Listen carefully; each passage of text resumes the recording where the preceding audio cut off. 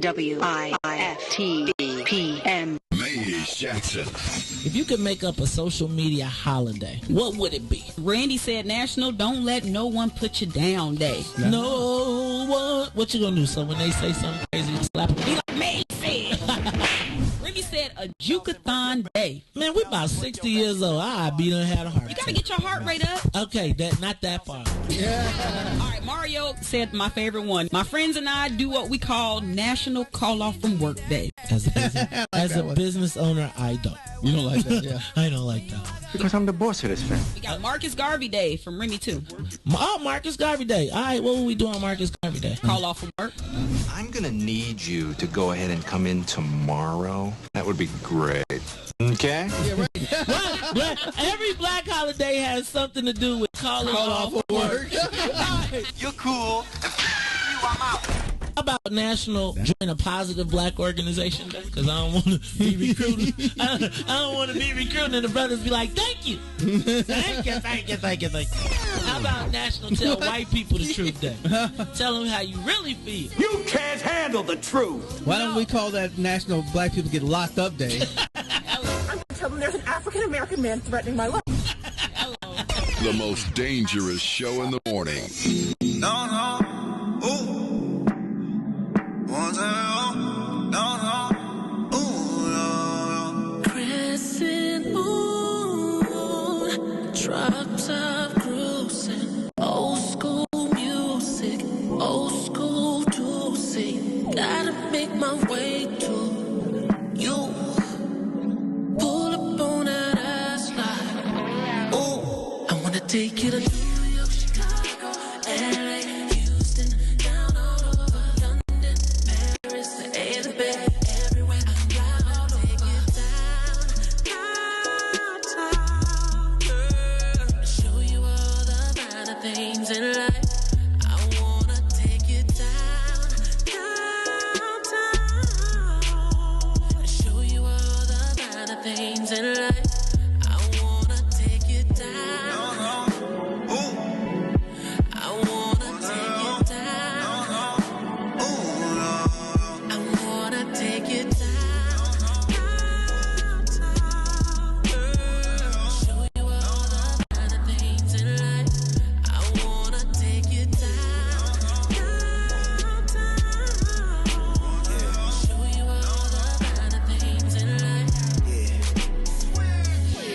Sure, I made sure to make sure, yeah, that my place yours, yeah. 28th floor, yeah, I had 8 thoughts, yeah, all 8 yours, yeah, cake for dessert, but I ate yours. I wanna take you to New York, Chicago, LA, Houston, down all over London, Paris, the A to the B, everywhere, fly all over.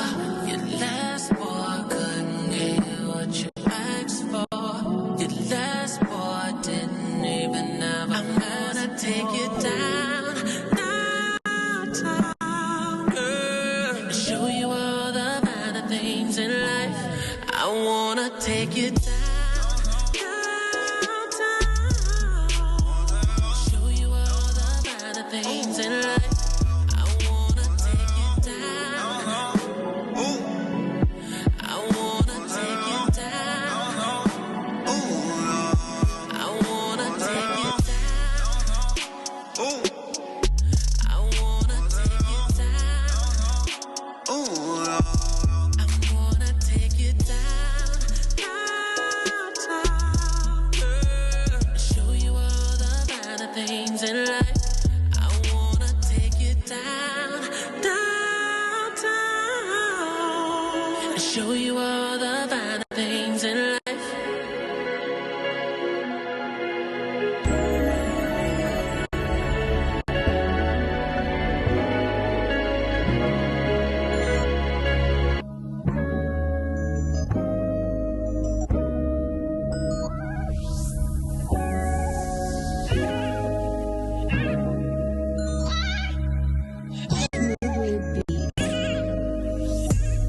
I press decline and you keep calling it. Give you some love and you want all of it. I'm out here working, nigga, get a grip. I'm just trying to touch a mill and you just wanna coexist. I say you clingy and you contradict. Give you my heart, you think it's counterfeit. Give you my word and you won't trust in it. What's the point of loving me if you don't know what trust is? I need the is you give now. Please don't back down on me. I know you've got the attention I need. Put your pride aside for me. Oh, 'cause I need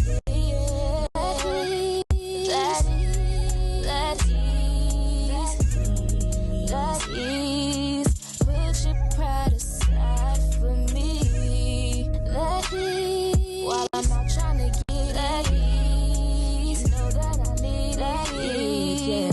Put your pride aside for me. Baby, you're insecure, it's driving me crazy. I'm trying to get it and you keep on saying, you need all my love, it's never enough. I put up with you for too long, now I'm over it. You want affection, I need money, I'ma call it quits. That ease, that ease, that ease. Put your pride aside for me. That ease. While I'm trying to get it, that need it. That ease. Put your pride aside for me. Put it aside. Put it aside. Put it aside. Put it aside. Put it aside. Put your pride aside. Put it aside. On me. Put your pride aside for me.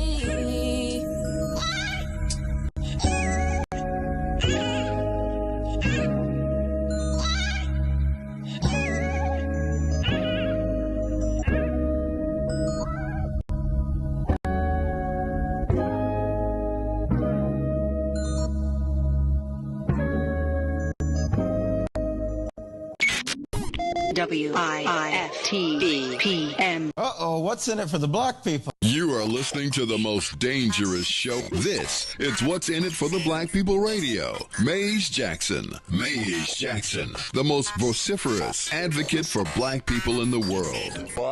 For Ruthie Moore, for Ty Stroger, I am the host of the Maze Jackson Show, asking every single day, what's in it for the black people? And if you don't like it, you can still tell them Maze said, Mayor Lightfoot, man, we ain't accepting that. We ain't accepting that. Let's go. Yeah.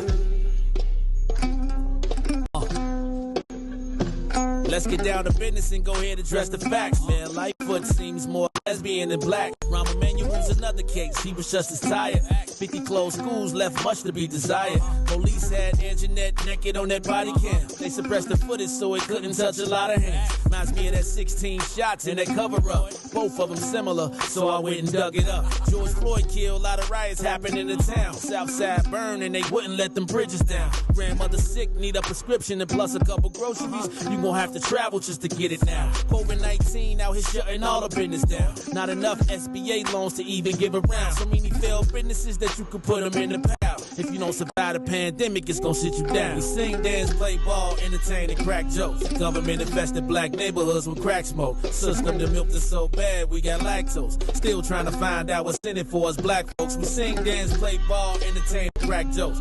Government infested black neighborhoods with crack smoke. System that milked us so bad, we got lactose. Still trying to find out what's in it for us black folks. Shout out to Willie Wilson, hope one day you get to send it. We need some different players in the game to handle business. Too many shady characters like Madigan and Blago. But when you really break it down, it's typical Chicago. City full of gangsters, it's what the land was built on. Same streets with hood legends, DNA get spilled on. Carjackers out here lurking, trying to get they steal on. Looking for a block to put them Hellcat wheels on. Let us give bogus appraisals a red line. Car crackers out here getting minimal fair time. And I'm concealed carry, I stay with the pipe. But Illinois gun laws giving minimal rights. Stay up on the swivel, make sure I'm moving tight. Check all of my mirrors when I pull up to the light. Pick my homie up from out of town, man, he caught a flight. He was hella nervous, told him, shorty, this a way of life. We sing, dance, play ball, entertain, and crack jokes. Government infested black neighborhoods with crack smoke. System that milked us so bad, we got lactose. Still trying to find out what's in it for us black folks. We sing, dance, play ball, entertain, and crack jokes. Government infested black neighborhoods with crack smoke. System that milked us so bad, we got lactose. Still trying to find out what's in it for us black folks.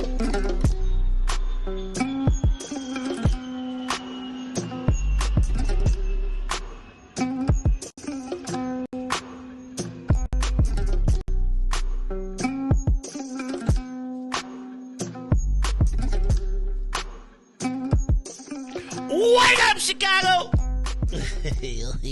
Wake up, world. This is the Maze Jackson Show live on a Tuesday. That's right. Now, y'all know what happens on Tuesdays. Be around here dropping bombs because I be blowing up on a Tuesday. That's right. It's the second day of the week. It's not the first of the month, but it's the second day of the week. It's kind of like the day after. And I had to, so y'all, I have a true confession. I must confess that yesterday I rocked my salute to the military Green Bears jersey, sweatshirt only because I had on some green pants. So after I left the show, because I had a meeting that got canceled, but then I had to go to another meeting, I decided to switch into this jersey. So, if you happen to see me driving around yesterday, right, you might have seen me in this jersey, but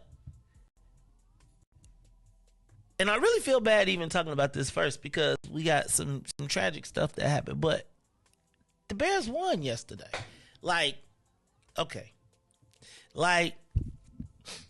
So yesterday, you know how you a Bears fan, and I feel like we had resigned ourselves to doom. But it's like you like a Bears fan till the end of you just a Bears fan till the end. So I was preparing, but I ran into Bobby Simmons in the store yesterday. He was grabbing him some. I was grabbing the bread for the steak sandwiches and you dig, right? And I was but we had this look about us that was like, man, both of us full out Bears gear, the whole thing. But I think we all kind of felt like, man, it's not gonna be good in Boston.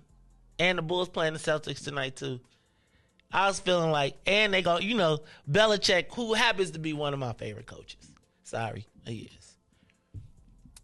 Alice playing the Bears in Boston, 25 miles out, with the opportunity to break George Halas's record.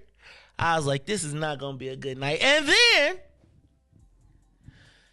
he showed up, dog. I thought about you yesterday when you had your hands up when he scored bro. Every third down that he just darted, the quarterback keepers, the hitting the man in the head, bro. I was feeling away yesterday. I was feeling like, could this be something on the horizon? Could we have something to look forward to? Can I have regained hope? So I just wanted to tell y'all my true confession is I wore this yesterday evening, but I only had half a day, so I still got half a day left, right? So I wore my one outfit up until 2 o'clock. So I actually literally got this outfit till 2 o'clock. Actually, you know what I'm saying? So anyway, If you happened to see me yesterday, don't be like Maze only got one piece of Bears gear. I got more than one, but I'm just telling y'all, y'all would be mad if I came up here in an Urlacher jersey today, wouldn't y'all? Yes, y'all would. Yes, you would. Stop it. Stop it, stop it, stop it, because we'll be blowing up. Boom. On a Tuesday. It's all good. It's all good. You in the right space, though. You in the right space. All right, y'all. It's the Maze Jackson Show. I'm your host, Maze Jackson. Right here on this Tuesday, we are doing our thing. I'm your host, Maze Jackson, in the building. Gotta say what's up to my man, DJ Riis the Rule on the ones and twos. DJ Riis the Rule on the ones and twos. How you feeling today, man? Blessed by the best. You already know the rest, man. Hey, man. How about them Bears? That was Bears. The Bears. It was the Bears. Last night, man, made me wish I would have had some at Obsidian. You know what I'm saying? It made me think I wish we should. People was calling like, we got the game at Obsidian today. I was like, no. No. So anyway, I was just like, no. Cause I just, like when you don't want to be around people when it go downhill. Like it be straight till halftime. Then it usually go downhill. And you just don't, then I just be like, my beers just be depressing. And then I just start drinking. So I was like, no. Now I'm mad because we could have been in there. Probably 33, man, 33 points? Where was this? Should have been 40. I wholeheartedly agree. Wholeheartedly agree. It's okay though. But see? You know what though? I saw Friday Night Lights. I don't know if you remember that movie. I didn't see it. I know it, but I didn't see it. He get hurt. So I'm cool with the kneel. I take that. I ain't greedy. But, put the back. Hey, man, put the whole second string in. Let them know. Let them know you running it. We don't care. But I understand this is like, like sportsmanship and stuff like that. So it was the right play. But and you go in Foxburg and you could score 40. You put 40 on Tom would have stuck it on you. Because I would say Belichick would have ran it, would have been like, the game was still going. Hey, bro, gotta tell you though, my thing with the Bears is, what you don't want to do is be like, leave well enough alone. Look, dog, like, God did. So you can't be around here being like, you can't go all the way out on the ice, man. Right, God put me on the 2-yard line. Hey, and be gracious, because it'd be the fumble, 2 yards, fumble, recover, touchdown. Oh my God! 23. It would have been 21 to 33. Still would have been all right. I get it. But just, and then like I said, it's the right sports play. You kneel down, you end the game, you take your W. I get it, but it's kind of. You know what I'm hoping, dog? I am hoping. When do we play Green Bay? It's the end of the year, ain't it? Yeah. Okay. I think this could be. Can I tell y'all what I watched yesterday, though? I watched the Peyton and Eli cast.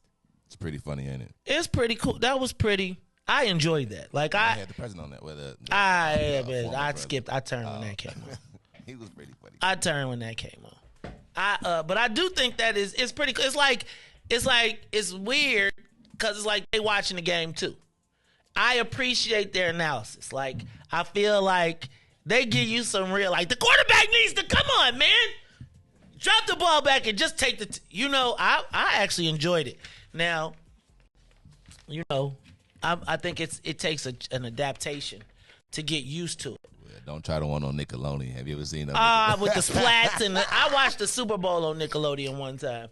Or not? Was it the Super Bowl? I watched the Super Bowl. It was terrible. Like, you could switch between all of them. Yeah. And so, man, I was like they was like, score a touchdown. But they got to get a new generation of new people playing. Yeah, exactly. So, you get the kids involved and stuff like that. So I get it. I did watch one quarter of the Super Bowl like that, and I was not happy. All right. School shooting. Man, they said kids were diving out of the 3rd floor window. School of Performing Arts in St. Louis. Former student, Riis, and it seems to be black kids, went into the school and they said when he came in, they knew what time it was. And one girl said 2 people are dead. I think a few are shot. But this whole thing with people coming into schools and feeling like schools used to be a safe haven, Joe. I don't know. It's a different era, and that is why schools are really big on bullying, and that's why the world is getting really big on the Me Too to avoid stuff like that. You know, I think the problem is, though, in some cases you protect people like they're so fragile that they don't know how to operate when they have adversity. Right. And I think, I remember Chris Rock said we need bullies. Because at some point in your life, it's going to be somewhere your mama and daddy can't save you, and you got to figure out how you're going to navigate it, right? So it's just that, it's a lot going on with that. So prayers to all of us, all of our family members down in St. Louis. They said reading, math, and science scores are the lowest in history. I'm going to be honest with you. I think that every kid in high school that was in high school during the COVID era need 2 more years. I know that sounds crazy, and I know we've pushed a whole bunch of people, but honestly, I think 4 years of high school, active participation is important. Like sending a kid out to college and all that. I feel like a whole bunch of ways about what happened with COVID. And I know when you half-assed it, but you be like, okay, you putting up something in the house and it's like you put the screw in and you, instead of mounting it all the way, you put the screw in the wall, and because it's in drywall, it hold up there, but it's kind of wobbly. Instead of going through, taking a drill bit, putting the drill in, then putting in the anchor, and then putting the screw in. It's like I feel like we got a bunch of kids screwed into drywall that's just hanging on, and if some pressure gets on them, they're going to collapse. And I think we're going to send them into the workforce. And you know how like when you see a line and there's like a soft spot in the line, like to me, that is the kids that were caught in the 2 years of COVID that missed essential stuff. So I think we got to pay attention to that. I can see that, but the 2 years is like, saying I got to be in high school till I'm 20. And then in a world today, like college isn't the only thing that people are doing. A lot of people in this generation are starting off as entrepreneurs. Yeah, you should know how to read and write. But, I don't think 2 more years. I think if they go to college, then that's kind of what I'm saying. Like in college, they should have a extra, like a mandatory class that all freshmen, enroll in, or so like I have a daughter that's going to high school, and now because of the COVID, a lot of high schools are doing testing in, like you can still get into school, but they want to see where everyone is at because of COVID. So a lot of schools are testing in just to see where you at, and so I think in college you should get it. I guess mandate 2 years is not like you got to stay in high school 2 years.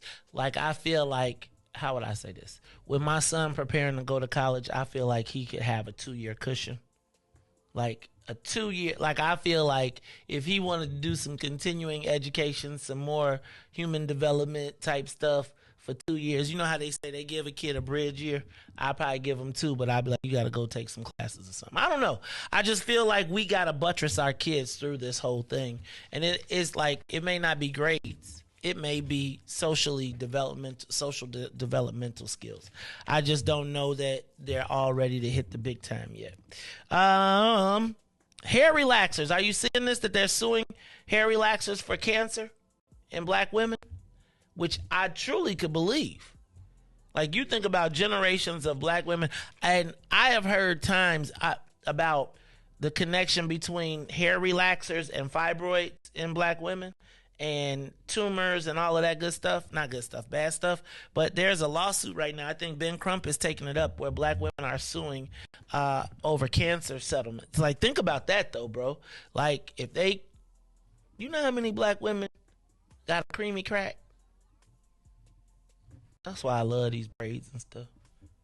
And then, then the other ones be going to Chris Curse, because he got to get them cursed out, because they got to get their hair blew out with their protective hairstyles, because they be trying to, black women are, like, that's crazy that We put cancer causing product. You know I used to have a perm though. You know I used to did y'all ever see when I had my perm?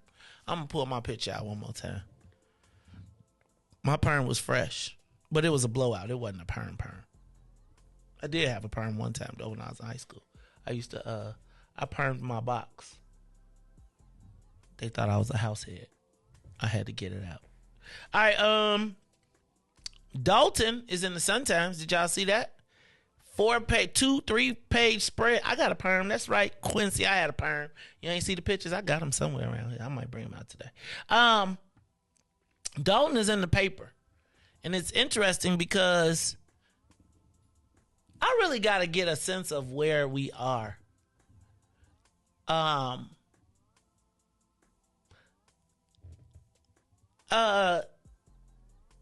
They were saying how Dalton feels neglected by the police, right? But not by the police, but by politicians. However, they were suggesting that Mayor Tiffany Henyard is out in the, is very visible. I am planning on trying to get Mayor Henyard on the Maze Jackson show because I really do want to hear her perspective. There was a lawsuit to try and get her recalled, and she beat it and then beat it at the Supreme Court. So I just want to get an understanding of what's going on in Dalton because it seems like so much, and it's like, it's interesting. Amen. Going out there, you remember, my sheriff cousin, he actually became the commissioner of the Park District. What? What's his name? His name ain't Keith, is it? Nah, Kevin Boyne. And he actually, I've got to send it to you because he wants you to show up. He told me to tell you this weekend and everything. It's a sneaker ball to bring him in. He's the Dalton board. He's the Dalton Park board commissioner. Dang, I need a job in Dalton. What's up?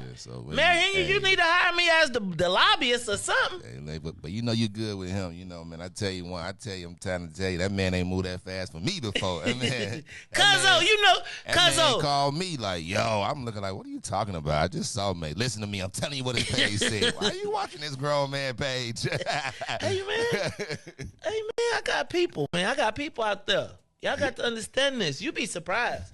It's really crazy because if I say the wrong stuff, people be, you straight? Do I need to come over? I'd be like, I'm good. Oh, my bad, dog. What I also forgot was that it was, let me back up. Shout out to Cuzzo. Congratulations on the promotion.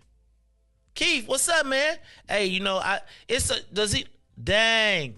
So this is like Brother Edward is in Dalton as well. We got to get some peace in Dalton, man. There's too many people out there. There's too many between y'all and Robbins and Can I be the political consultant for the black people in the Southland? Could I please?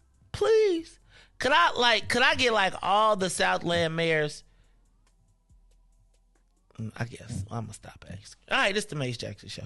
Oh, Tom Tunney is talking tough. He getting in the he got Dick Mel behind him, Riis. Let me tell y'all, Tom Tunney getting the race. It's gonna be real crazy around these parts. We're gonna talk about it.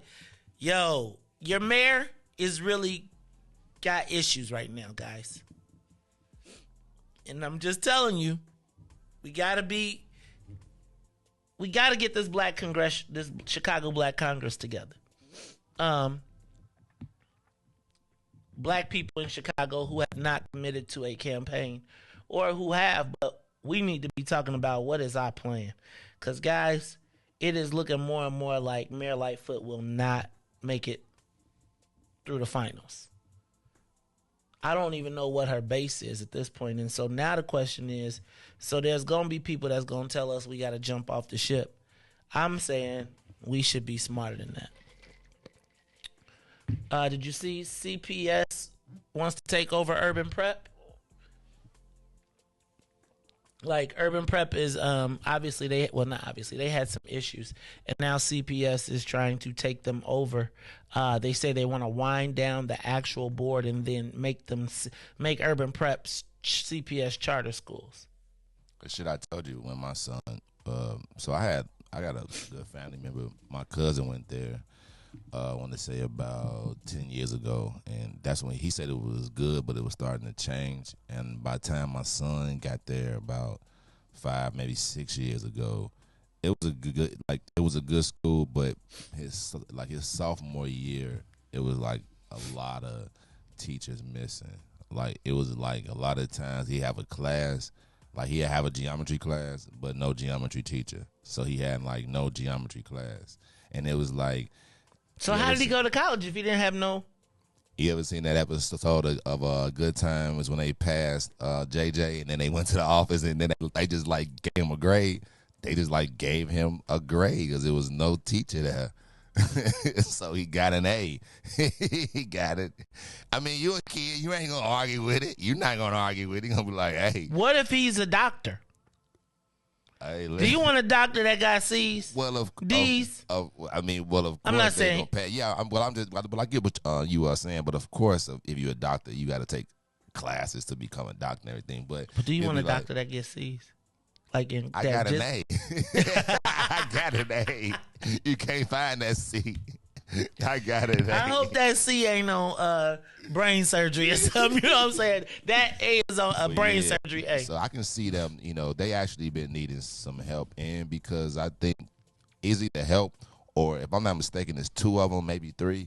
They need to merge and just figure one, because the one out south is very more well kept than the one out west. So they need to. That's that west side discrimination. You need to check on that. So, well, they checking on it. See a charter school. So they're saying they're gonna take it over and make it a CPS school. And then finally, speaking of schools, shout out to Woodlawn. Hey man, the black people in Woodlawn are the welcomingest black community in the city of Chicago. Riis, did you hear what they are doing at Woodlawn? In Woodlawn, they are bringing 500. I wonder who they consulted, but they're going to bring 500 migrant families to live at the old WADSWORTH Elementary School. So in a school district, in a Chicago black neighborhood, they are dropping 500 migrants off. Riis, I see problems. Remember the machetes? So, again, WADSWORTH Elementary is apparently going to be the home of 500 migrants coming. We're going to talk about that at 7 o'clock. So if you live in the Woodlawn community, I want to know what you think. I saw there was a CBS 2 News report that we'll play. Riis, I think this is an issue for Chicago Aldermanic Black Caucus, right? Like, this is one of these things where we're going to have, this is, one is an issue of aldermanic prerogative. If you saw Alderman Jeanette Taylor on the news, she said she wasn't even aware that it was happening, right? This is your aldermanic prerogative when your alderman doesn't know what's happening and they're going to move in people. Now, can you imagine if those migrants could vote, Riis? Like, remember how we want undocumented immigrants to vote? They can vote, but now check this out. Those people, though, will be able to vote in the local school, in the school board elections next year. But I don't want to talk about that right now. What I am talking about is, so there's going to be an aldermanic race in the 5th ward.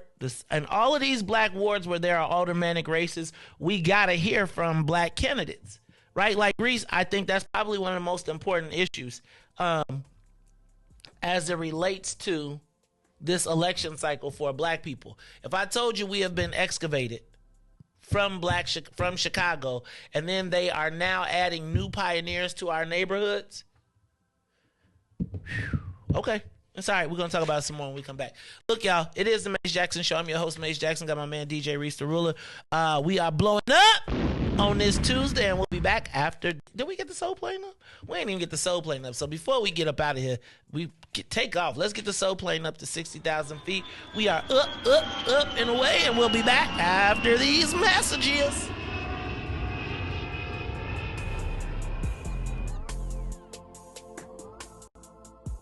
The Mace Jackson Show will be back after this break. Maze Jackson.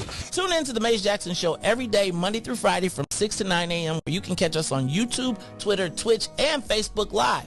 Plus, from 6:30 to 8, you can get us on WBGX 1570 a.m. That's right, it's the Maze Jackson Show, where every single day we ask the question, what's in it for the black people? And if you don't like it, you can still tell them, Maze said. We out of here.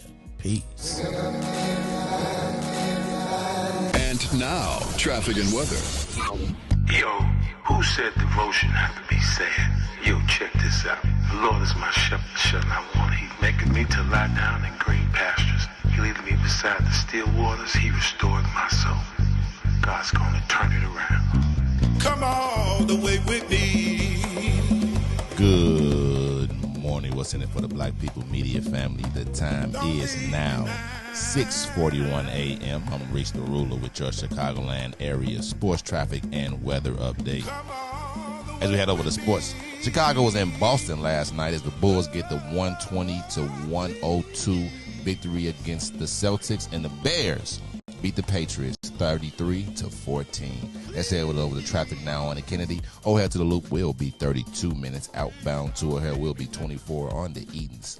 Inbound from Deerfield to the Exchange, 31 minutes. Exchange to Deerfield will be 28, while the Eisenhower is 37 minutes in both directions. On the Stevenson from I-355 to the Dan Ryan will be 41 minutes. Outbound will be 31. The Bishop Ford is locked in at 36 minutes in both directions, while the Dan Ryan is 15 minutes to the Loop, 12 minutes to 95th.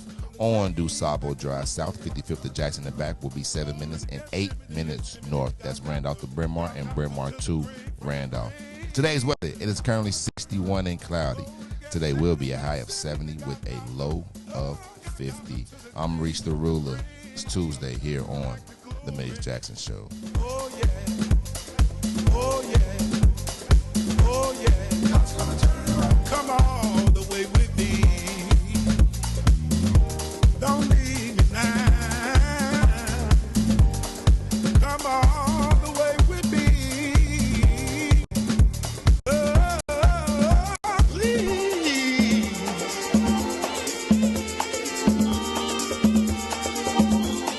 God's gonna turn it around.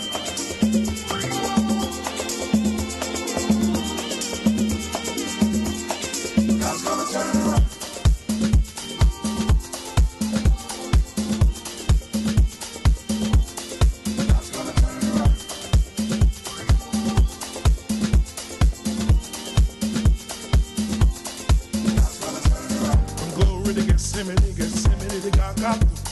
Gotcha to the grave, from the grave back to glory. Glory to Gethsemane to Gotcha to the grave, from the grave back to glory. Glory to Gethsemane to Gotcha to the grave, from the grave. Glory to Gethsemane to Gotcha, oh, Gotcha to the grave, from the grave. Dear Lord, it's me again. God's gonna turn around. I'm calling on you. You did it before. I believe that you can do it again. Somebody calling you right now, Lord. If it ain't one thing we need, somebody else needs you for another. Please, son, look and have mercy. Have mercy over our home, Lord. Have mercy. Have mercy. God's gonna turn it around.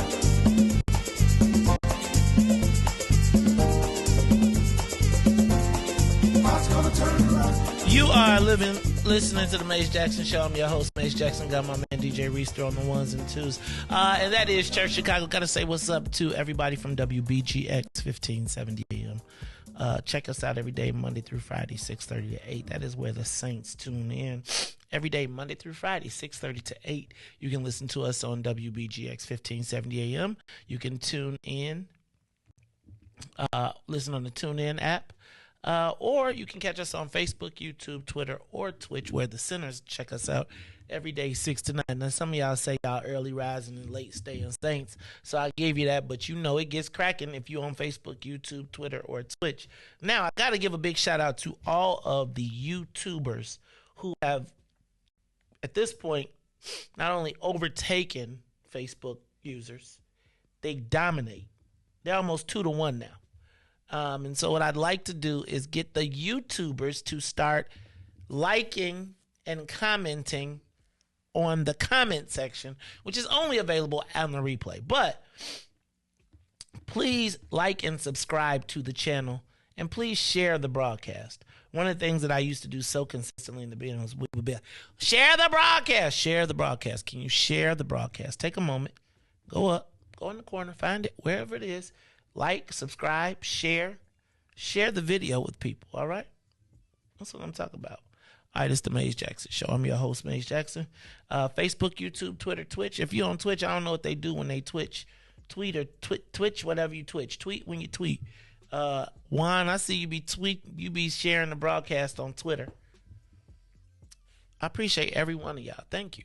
Every day, Monday through Friday, y'all rocking with me. So I got a question. And it is that time, and so since it's that time, and I got the question, I figure, Riis, you hit the button, and then I'll ask the question. It's time for the social media question of the day.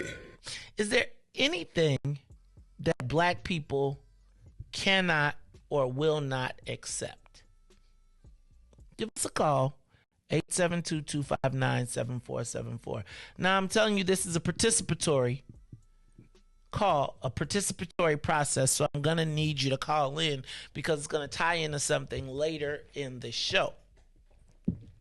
But I was thinking,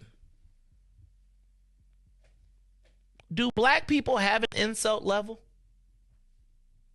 Is there anything that black people find unforgivable? Can you do anything to black people and we will accept it?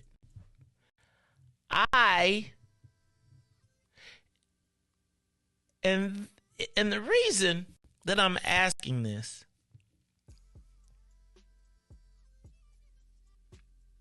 is because as I watch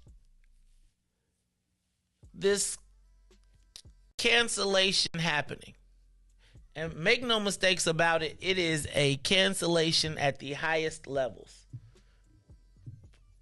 You can talk about slavery, no choice. You can talk about... Let me back up. I'm not going to...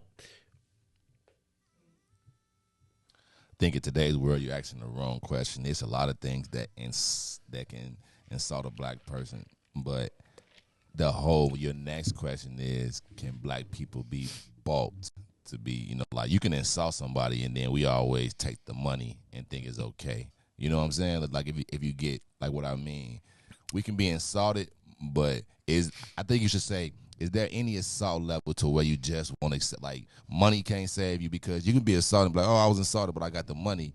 And then you're like, oh, well, it was okay. I'm very clear about my question. Is there anything that black people won't accept? There are some things that money can't buy. Like that's included in it, right? Like is there anything? See, I think that it's maybe money. It may be a picture with the president. It don't have to be. It may be is there anything that we will not accept, right? That is worth never forgetting. Because we, in my estimation,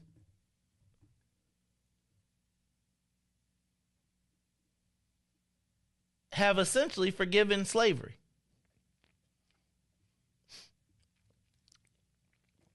And I want you to give me a call, 872-259-7474. What can be said or done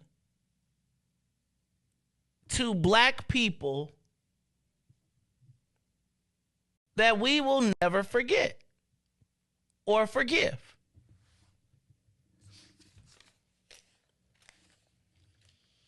I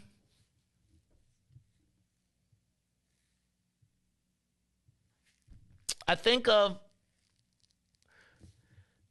see, we find honor in abuse. We find honor in being the bigger person. We find honor in martyrdom. And I want to know, what is it that cannot be done to black people? What can't you do to us that we won't be okay?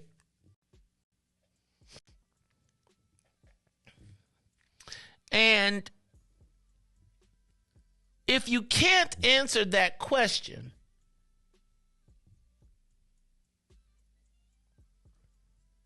then I must be honest with you. All of this stuff that we do here every morning is really futile. There is nothing, and this is, I really want y'all to give me a call, 872-259-7474, 872-259-7474. We will accept the murder and slaughter of innocent, church-going, kneeling, praying black people. It ain't even here. We will accept people being targeted and going into the grocery store. We accepted Trayvon Martin, just like we accepted Laquan McDonald. Is there any, my thing is,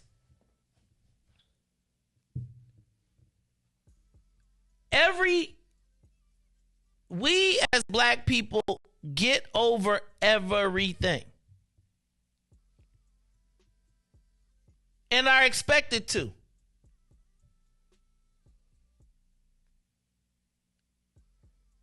See,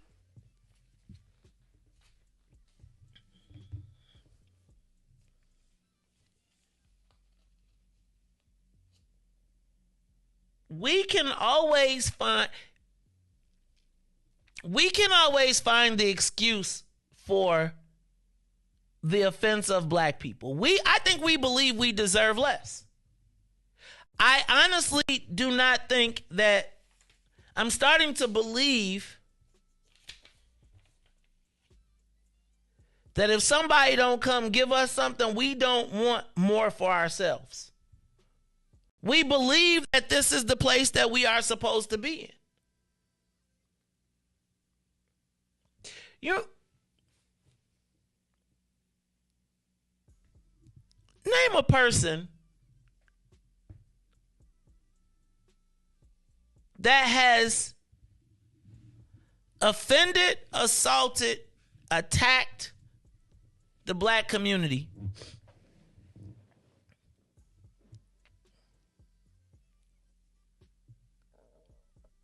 publicly or privately, that has paid a price for it.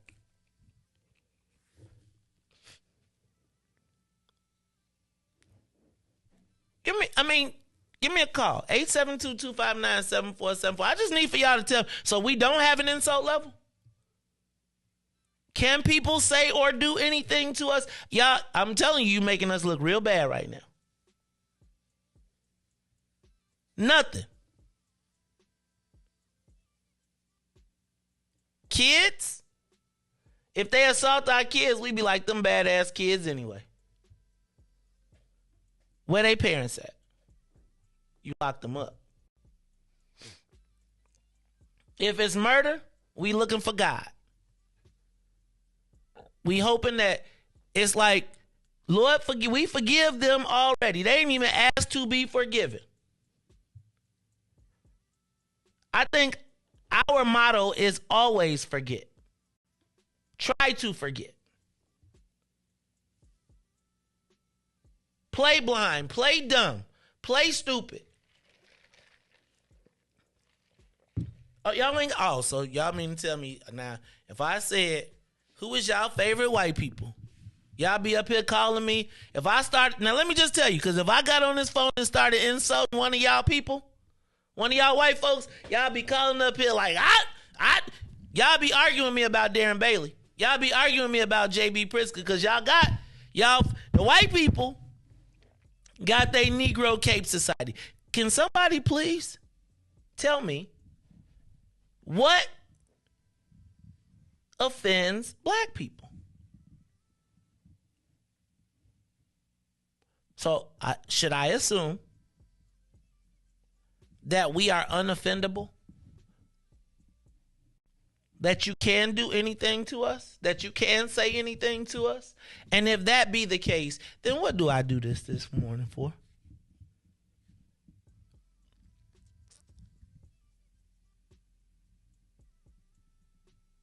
The black people slogan is always forget, or should it be pretend like you didn't see it? I think that's better because I feel like we pretend like we don't see it so that we could play dumb. I used to know. I ain't gonna even go here. I'm not gonna go here. But is it that we play dumb and we act like we don't see it so that we're not offended when we get played? You ever seen somebody play themselves so that nobody else can play them? Like somebody, like you ever walk in the room and you know you bogus, so you be like, man, I feel like, I smell like outside. Or, man, I got this hole in my shirt. Because in my estimation, there is nothing you can do to offend black people. There is, at this point, I don't believe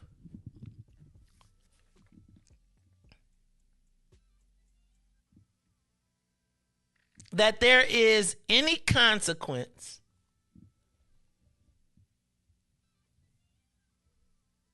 there is no consequence for the offense of black people because we hold our people's hands back even when they're ready to swing.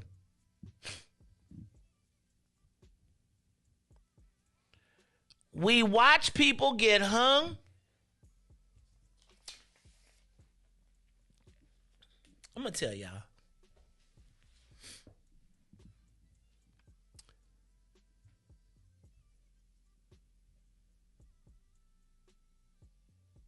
Part of this is, how do we create our own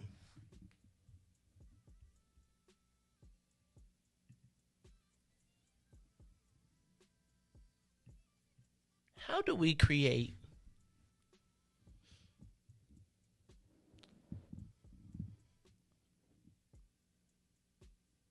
a healthy, I don't even know if it's fear, just concern about the offense of black people?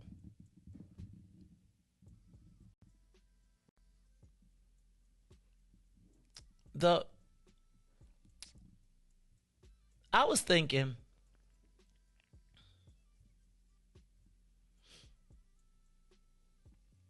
that the same process that worked with Emmett Till worked with Kanye.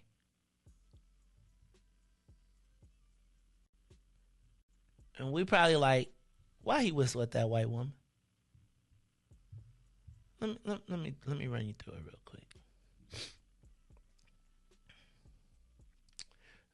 Black boy, man, south side of Chicago, offends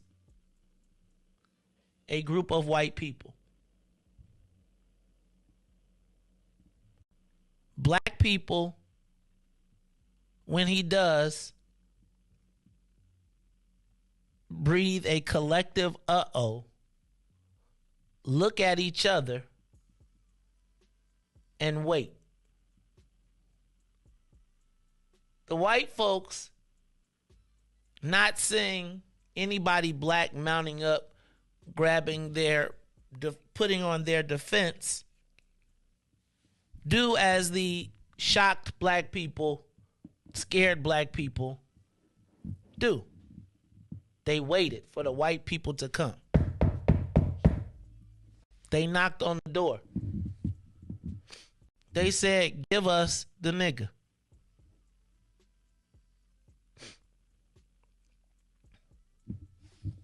Black people look around, say, boy, you knew better than to whistle at that white woman. Boy, you knew better than to offend anybody. Now look what you done gone and did and got yourself into. Now you're going to get us all in trouble. Give us the boy. Why? Why did you say something?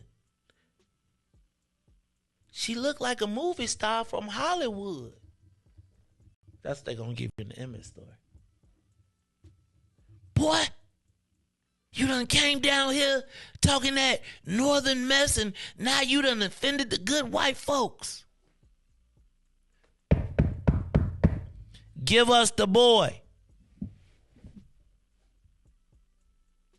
Now, Emmett, you know you was wrong for offending them white folks. You do realize we live on a plantation, right? You do realize we are at the lowest state of low, and you knew better than to offend them white folks, and now I got to do what's best for my family and put my masks on first. So, you, colored boy, we're going to have to give you up. Now, if you saw the one on ABC 7, they also let you know that there were black people who were participated in the kidnapping and murdering of Emmett Till. We knew it because the white folks used to do this all the time. So now, check it out. The black dude, the jealous black man who worked for the white boy say, boy, you knew better than as he tying you up. Boy, you knew better. Lay down in the back seat. You knew better than to say something to that white woman. And now you's got to pay. Now look, we's all around here. We knows the way it goes around here. You come down here with your Chicago mouth talking. Whistling at that white woman. You knew better than to whistle at that white woman. Don't you know what happened to that whistle at white women? Give us the boy. It hasn't changed, y'all. It hasn't changed. It hasn't changed. Give us a call, 872-259-7474. Who won't give up their children? Who wouldn't give up their cousin or their nephew when they came down here for whistling at that white woman? And just whistling at that. What you doing down here whistling at that white woman? Boy, you know what they gonna do to you for whistling at that white woman?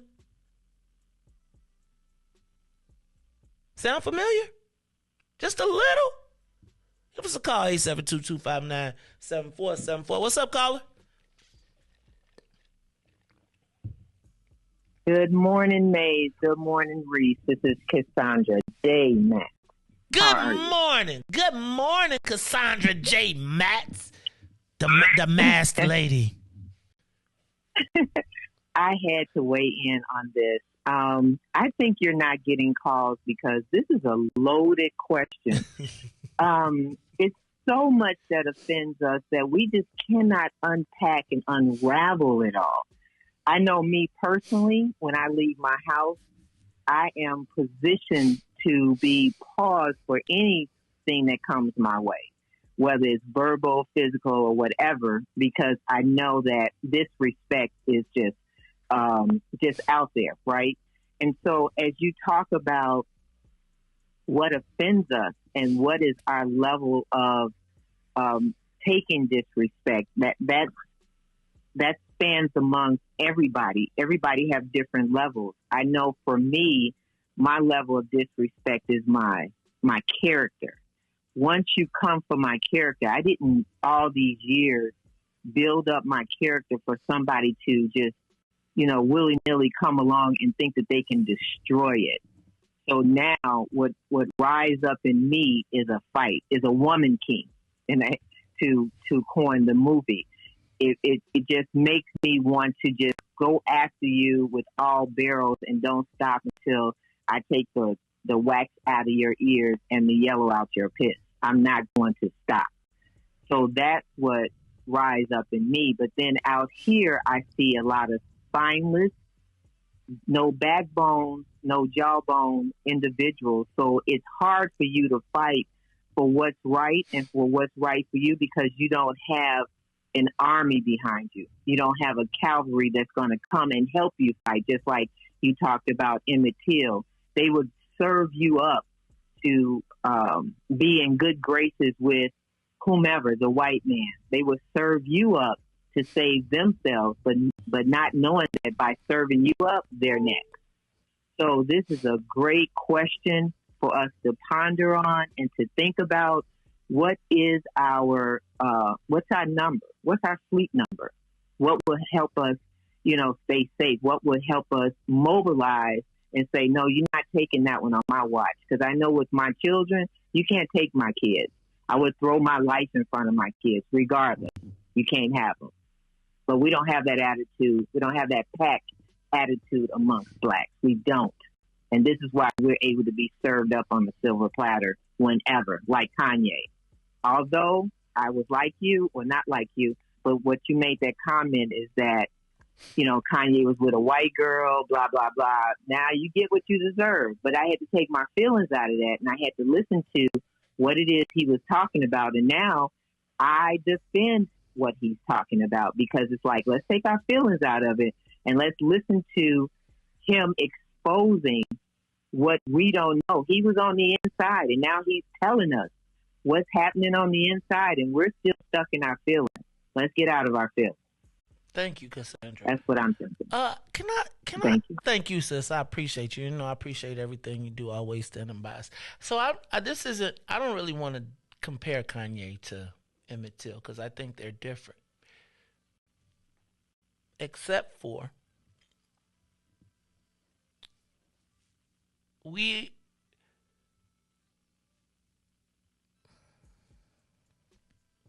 so please, I feel like y'all are, I probably shouldn't have.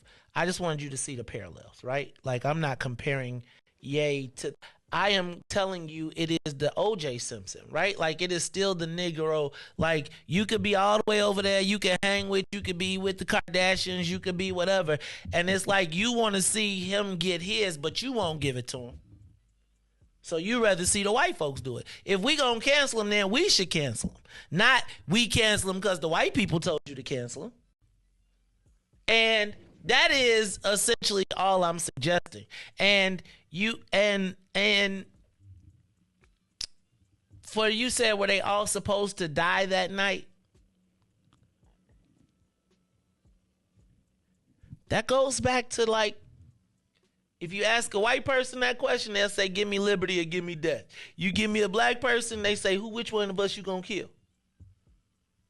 That's conditioning too, though. I agree. No, but I'm saying, you think about it, it goes back to the whole premise of our conditioning, our mentality is to survive to survive as servants. Right? You think about it, when you say, are we all supposed to die that night?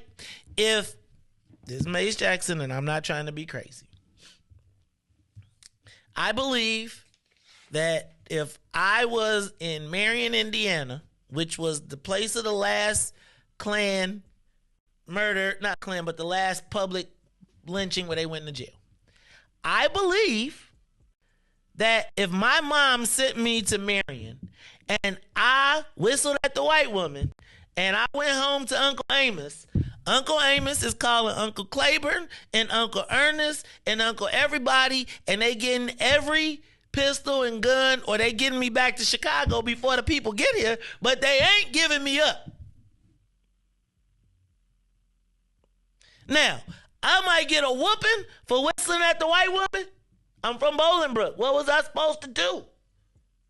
I'm just playing, right? But, and to me, the concept that we are, like, if I am put in the care of my family, it is seriously my prayer that my family is like, we all going out. Put the babies in the car.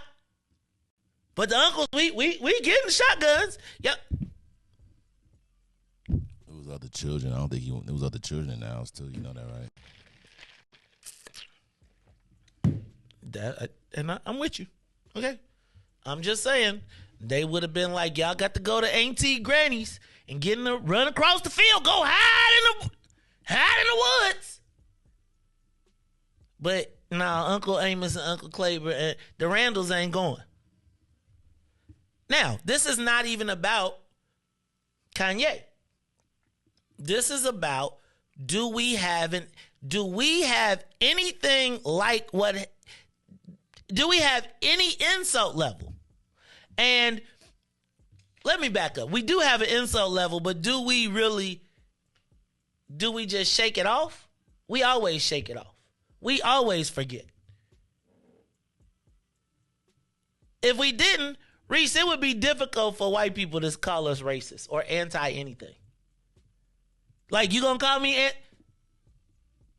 if we pulled up Dorothy Tillman's ordinance right now and saw all the companies that do business with the city of Chicago that have direct ties to benefiting from slavery, can any of those companies call me anything? Can they? If your family benefited from slavery, can you call me anything? Can you call me a racist?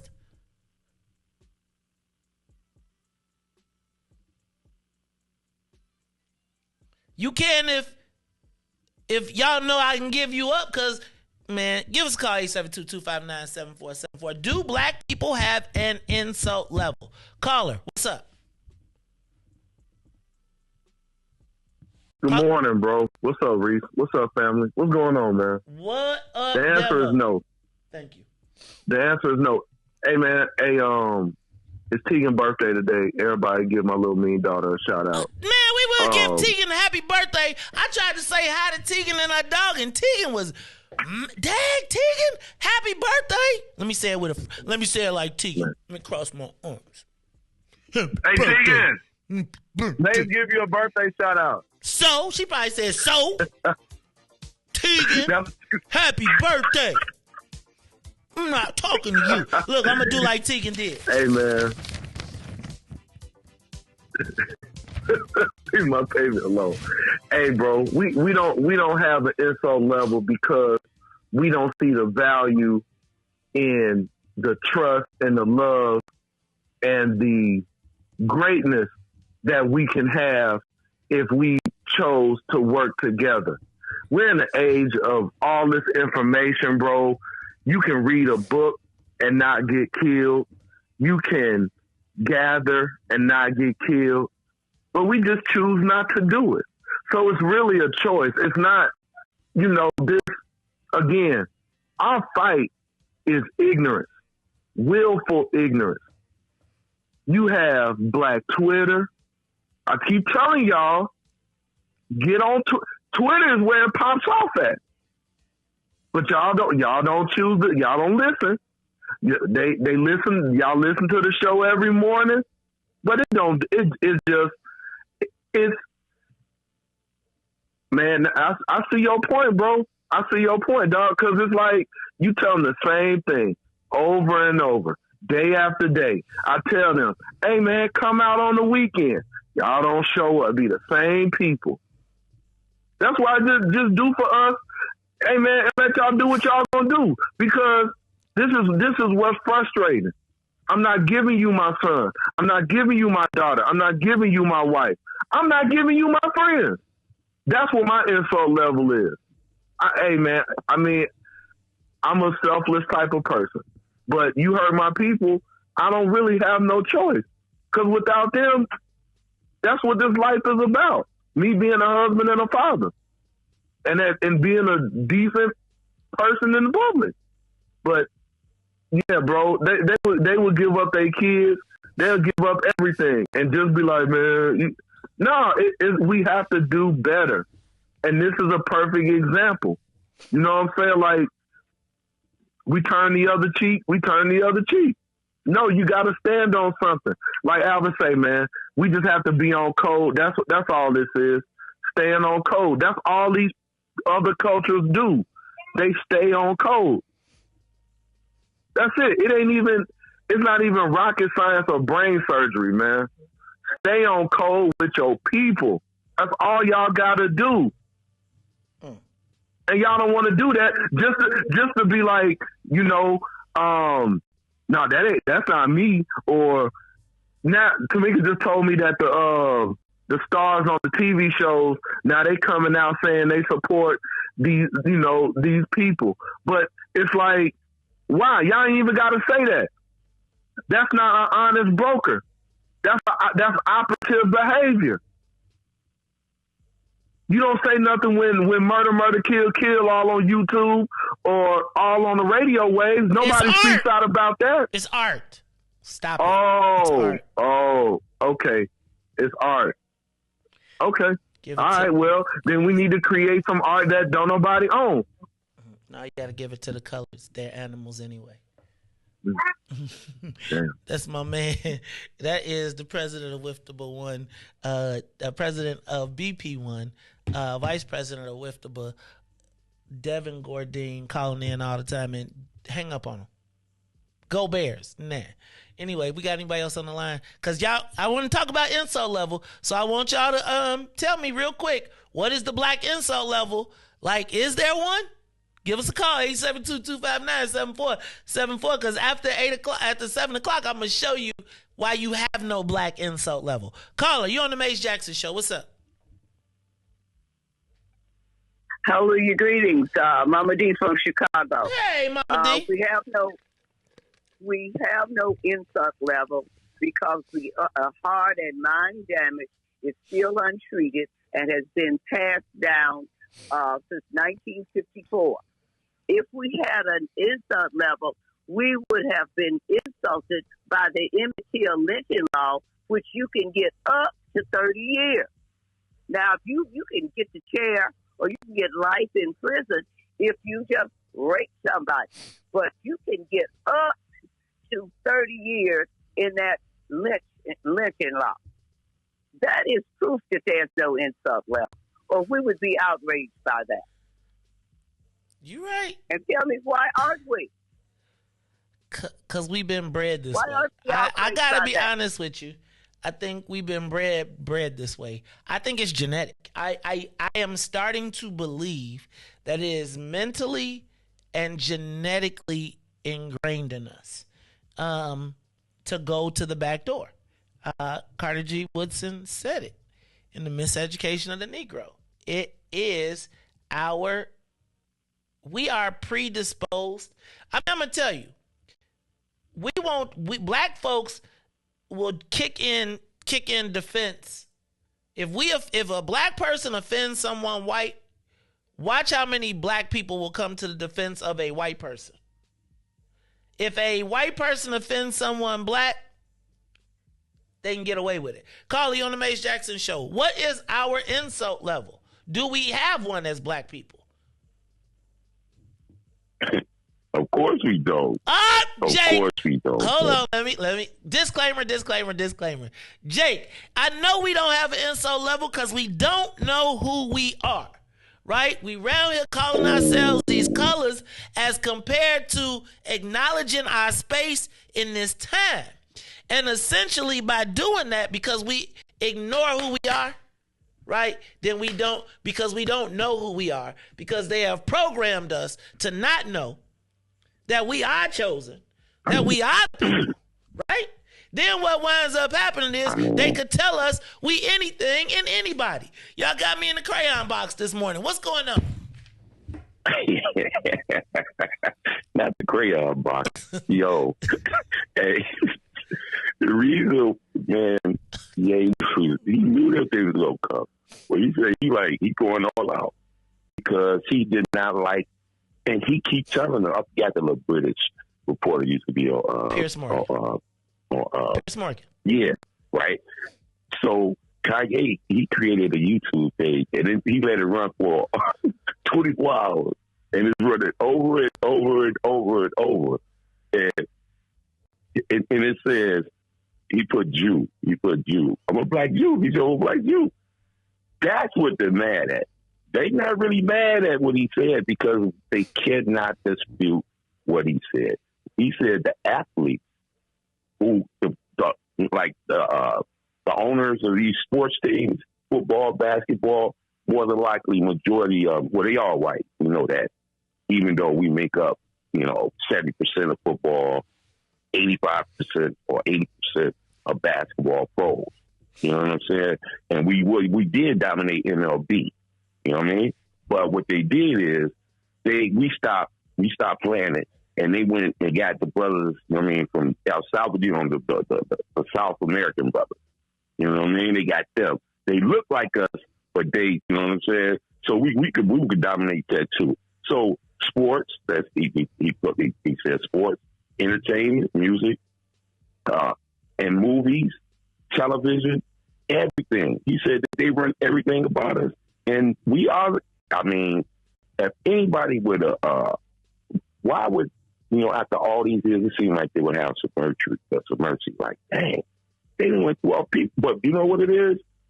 We don't even recognize it. We don't even recognize our ancestors. We don't have an ancestor day. But y'all going to celebrate Thanksgiving. Y'all going to celebrate Christmas. All these, but now the information out on it, and we still do it, even though we know it's pagan. We know it's not true. We know it's not. Was no birth, no Jesus. We know that what happened with the so-called pilgrims or whatever. We know it, but we still do it. And then I'm gonna get off the phone. And look at our women. Why do 80% or 90% of the sisters have to have perm or get their hair straight or get it blow dried straight? Why? We're still mentally just and and a lot of it's been passed down, bro, and it's systemic and it's just the way it is, bro, until we wake up. If my people that are called by my name, if my people that are called by my name, that's not everybody, will humble themselves, I will raise my hand. So it's just a matter of time. We will be all right. We'll be all right. All right, shalom. Shalom. That is Jacob Israel. Thoughts and opinions of Jacob Israel are those of him, his, and his alone. Caller, you on the Maze Jackson Show. What's up? Do we have an insult level, caller? Yes, we absolutely do. And respectfully to the previous caller, it seems like we don't seem to recognize that the information we get about ourselves and our people are from our perpetrators. So, from their point of view, we are being stepped over. We do allow everything. But the answer to your question, May, is in not what we see black people do, but what we see white people react. So when you see every time black people have made progress, how one generation, not even one generation after slavery, we had our own economic injury towns. Where are they? If not the reaction of the oppressors to counter what we said, okay, we're not taking your stuff. We're going to have our own little towns. We're going to have our own economy. And we did well at it, and they burn it down. That is the answer to your question. Whenever there is a reaction of black people for our offense, for our economic warfare, they counter. They use gaslighting. Gaslighting is real good now because now we have access to the information of what perpetrators have done to our reaction to their offense. So yes, we have a level. We've shown that level decade after decade, historical event after historical event. So we do have it. And for the brother who said why black women got perms, now I don't have a perm, but there is centuries of legal policy about black women and their hair. legally, there was policy that we could not wear our hair out in public. We would get fired for wearing our hair in its natural state. Stop it, brother. There's a reason. Thank goodness. There, just like the Emmett Till law, just like the voters' rights law gets challenged, even the Crown law gets challenged. That says you cannot fire a black woman for wearing her hair naturally. Come on, y'all. Read. Yes, there's a level to it. And it's not in what they tell us how we react. It's how they react. That's a good point. What's your name, caller? I ain't heard you before. You a first-time caller? What's your name? Where you calling from? Yeah, this is Carletta Kelly, mate. Oh, what's up, Carletta? Oh, I do know you. And we got to see you. We about to be back at the joint, so you got to come on through.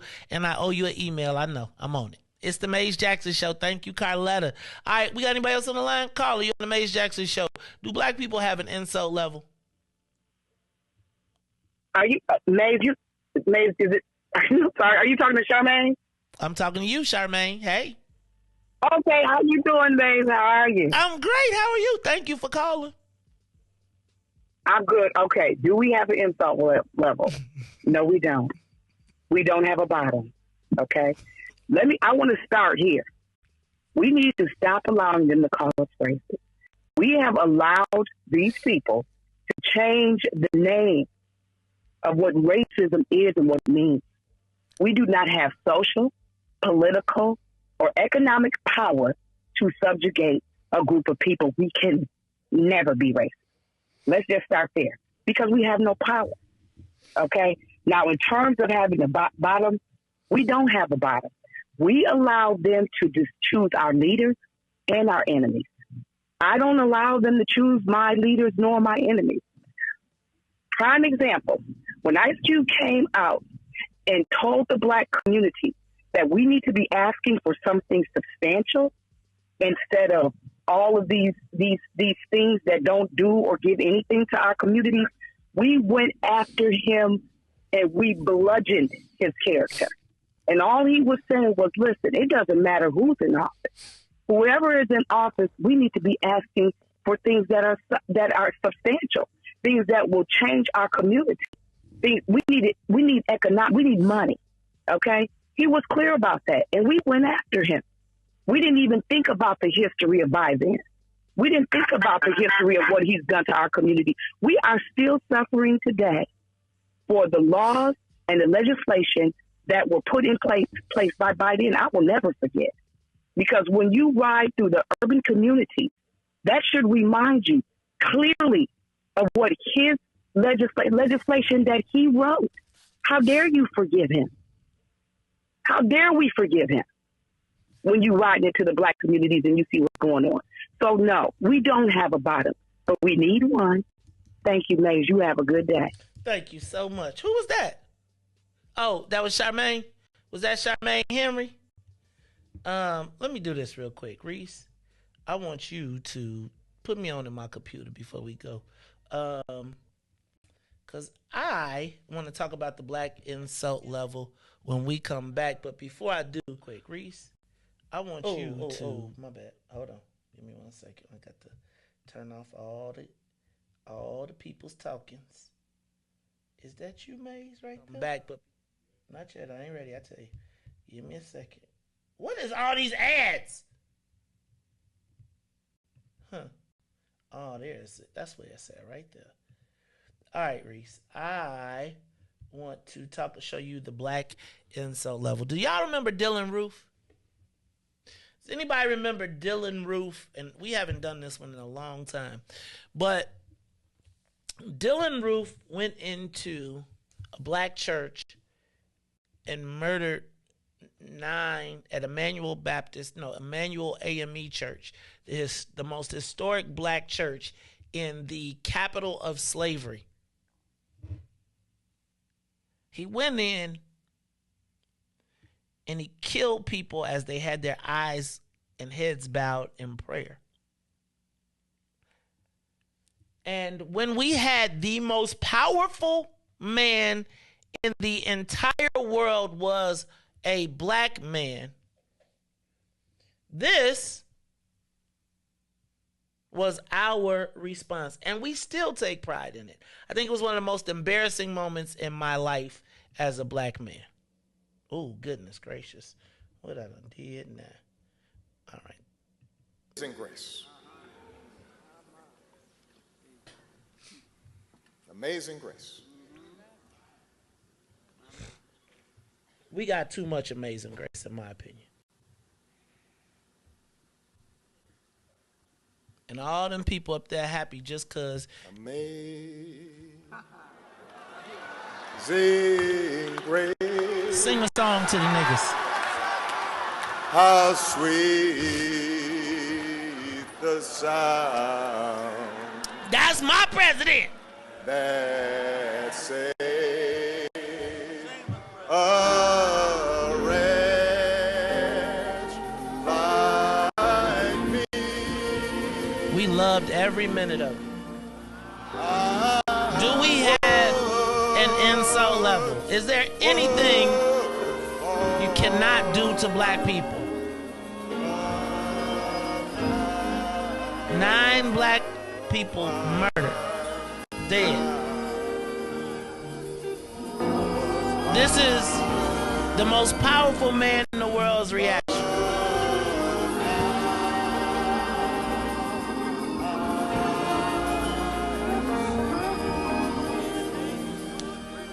It's the Maze Jackson Show. I'm your host, Maze Jackson. When we come back, we're going to talk about insult level. Do black people have an insult level? Does anybody even care what you think?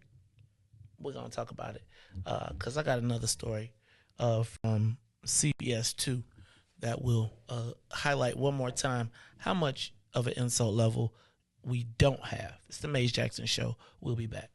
The Maze Jackson Show. We'll be back after this break.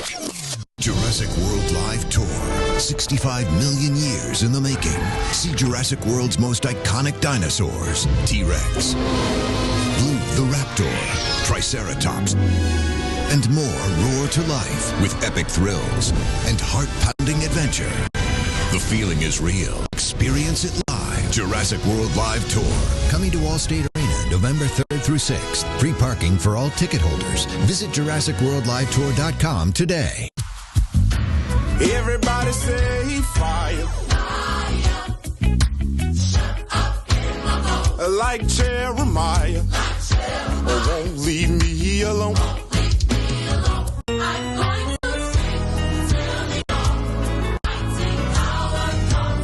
Spirit's got everybody say fire. Shut up and like Jeremiah, oh, won't leave me alone.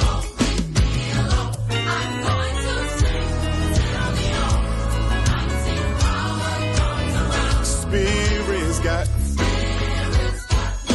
Come on, favorite Friday, let's go. Everybody say fire. Shut up and like Jeremiah, oh, won't leave me alone.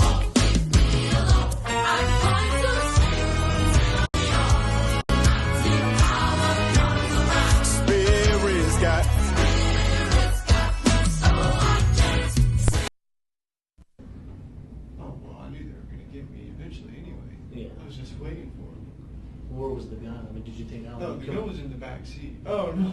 By that time, you said, I guess I'm not going to have to kill myself, right? Well, right, I had already decided that it's just a bad idea. Yeah. Did you, when the policeman pulled you over, and obviously you didn't want to do it, I mean, you had decided, all right, I'm just going to give up. Right. Okay. Did you say anything to the policeman after, when he pulled you over and he walked up to the car? Oh, no, I didn't say anything. Just, told me to put my hands on the wheel, and that's it. He didn't tell you why he was stopping you? I mean, you knew, right? He was stopping me. Yeah.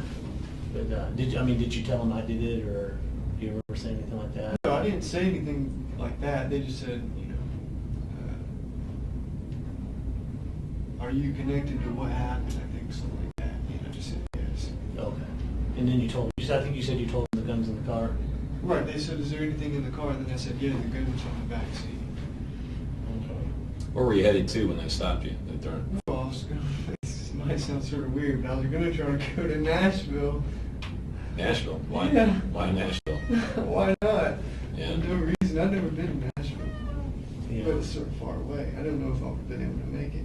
So you really didn't have a good escape plan because you didn't think you'd make it out. Right. There was no escape plan. Had you thought about going, hey, I get some more bullets and go shoot some more people? Oh, or no, I was worn out. There's no way. How did it make you feel afterwards? I mean, it's got to be a lot of adrenaline, right?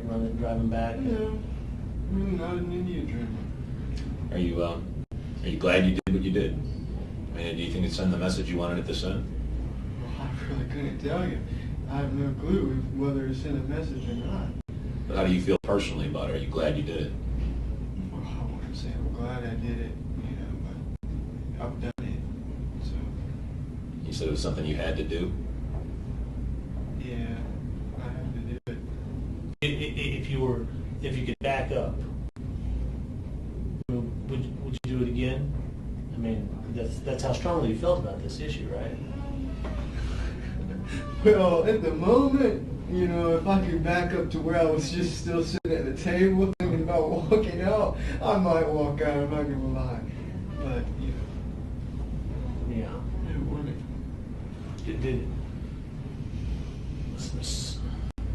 So, what is your thought about those people, though? Because I think you kind of alluded to earlier. In your mind, they're innocent people, right? I mean, there was clearly church-going people. They're in a Bible study. Well, I'm trying not to really think about it, But I guess the question would be: is it because they were black that really kind of overrode everything else? Because you had to send that message. Well, it's like this. You see, I'm not in the position, by myself, to go into like a black neighborhood, or something like that, and shoot up, drug dealers or something like that. You see what I'm saying? That's not going to do anything. You see what I'm saying? I had to go somewhere else. You see what I'm saying? So what you said, you had to go somewhere where you could shoot some people without getting shot.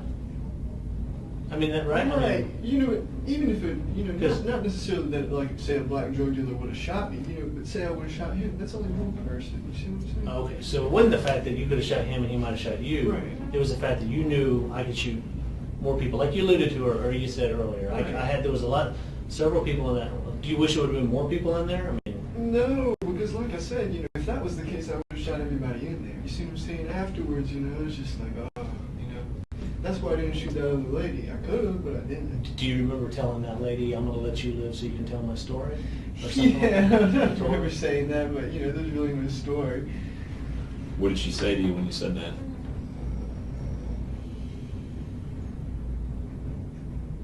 I don't think she said anything. Yeah. But I guess you said that, right? Because you thought you were going to walk out the door and probably, you didn't think he was going to leave that alive.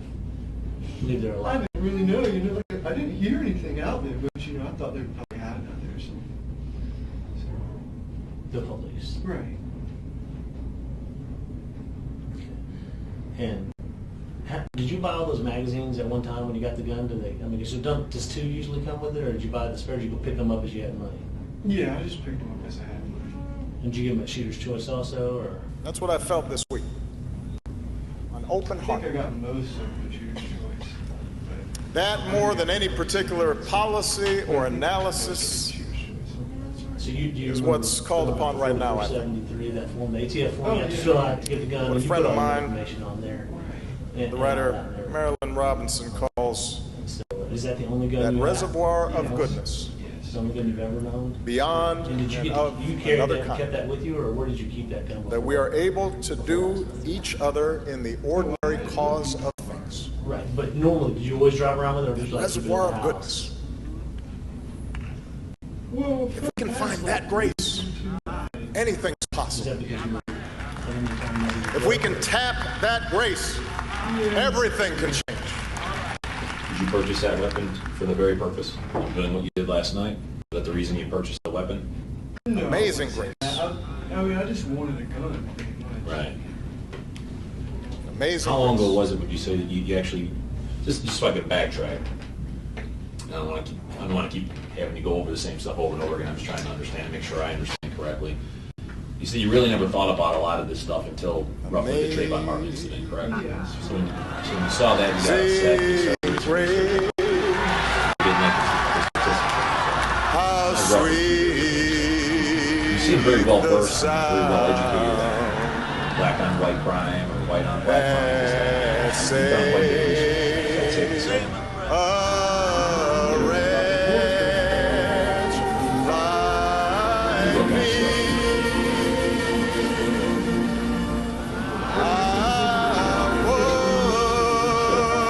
Did you read books or watch videos or watch movies or YouTube or anything like that specifically about that subject matter?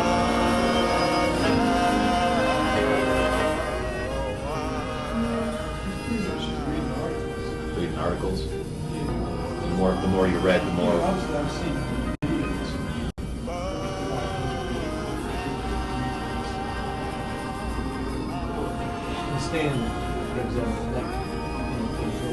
This is the Maze Jackson Show. I'm your host, Maze Jackson. Got my man DJ Riis, the ruler, and Riis. I was asking, do black people have an insult level? That video that you are watching was Dylan Roof. Did you hear him laughing? Talking about the murder of black people, and we was singing Amazing Grace. I just don't think that there is a black insult level. And I'm going to bring it on home because, Riis, I have talked about this situation ad nauseum, and people have tried to call me racist, tried to call me xenophobic, but I just don't think that there is anybody that thinks that they have to respect black people. Did you see what happened yesterday to the citizens of Woodlawn? To the black residents of Woodlawn? I'm going to play you a news clip, bring me back to the computer, from yesterday's CBS 2 Chicago. Ready? Here we go. Welcome. Thousands of migrants in recent months bust in from Texas. Tonight, we have learned there is a plan in the works to house hundreds of people at an old school in the Woodlawn neighborhood. It's a decision many residents and the alderwoman say blindsided them. CBS 2's Lauren Victory has a story you'll see only on 2. Occasionally, neighbors near the old WADSWORTH Elementary School would see some lights on, a meeting or a training of sorts. Recently, other activity caught their eye. Dumpsters and trucks haven't been seen at this building in years. Companies like bringing in bathroom equipment, lighting. Woodlawn residents were intrigued, even excited about what could be coming to 64th and University. Maybe to put in an incubator or some type of cultural center. It will be a center of culture, all right, but an unexpected one. CBS 2 has learned this former school is being prepped to become a shelter for migrants, home for up to 500 asylum seekers bussed in from Texas. You putting them in harm's way. It doesn't make sense. Alderman Jeanette Taylor says she had no idea this was happening, or else she would have suggested parts of her ward that are home to Latinx organizations and churches. By being here, they would be in a black part of the ward where nobody speaks Spanish. Nobody could help them. The frequent Lori Lightfoot critic informed residents about the city's plans in this letter, calling out the mayor for rushing to create housing in an area that's already struggling. It's great to take care of other people. You're not doing the same thing for the homeless people in our community. Other concerns include the proximity of the hundreds of newcomers to a senior building and a high school. We have no idea what the background of the people are they're talking about bringing here. We as taxpayers, we deserve a lot more transparency and forthrightness. No one we interviewed said they disagree with helping asylum seekers. It's just how that help is happening. In Woodlawn, I'm Lauren Victory, CBS 2 News. So when are those migrants moving in, and how much will all of that construction cost to prepare that space for them? We reached out to the mayor's office to find out, but they've not responded to our questions. you have no insult level. So, one of the poor neighborhoods, black neighborhoods in the city of Chicago, Mayor Lightfoot is dropping off the migrants. Riis, you ever had somebody new move in on your block? You ever have 500 new people move in on your block at the same time? It's they block now. If I got 500 people, I don't care how long you live at, it's my block. No? So, help me understand, would that happen to white folks? Where's the white shelter on the white? Now, we know it happened in Maria Hatton's neighborhood, which is poor black and white folks on the north side. I know for a fact that they've also got one in South Shore. So now my question is this, let's not even call it insult. Do black people who live in these neighborhoods deserve to have a say in a massive inward migration? Can I ask, who's asking, let me just ask you this. Where do the black aldermen stand on this issue? So in a ward like the 5th ward, right, where there's going to be a campaign, in the 6th ward, where do the black, in the black wards where there are black only candidates, and you know they're going to keep putting them in all the places where the alderman is leaving, or the mayor don't want the alderman. You know why the alderman, you know why she put it in WADSWORTH? Because she don't like Jeanette Taylor. And so guess what's going to happen to black, if you're a black alderman and the mayor drops 500 people in, who do you expect to protect you? Your alderman. Who y'all said no aldermanic prerogative, right? So now, if I'm Mayor Lightfoot and I don't like Jeanette Taylor, what am I going to do? I'm going to pile undocumented immigrants and migrants in the area so that you can be mad at me, right? Meanwhile, any going to Beverly? Any going to Rogers Park?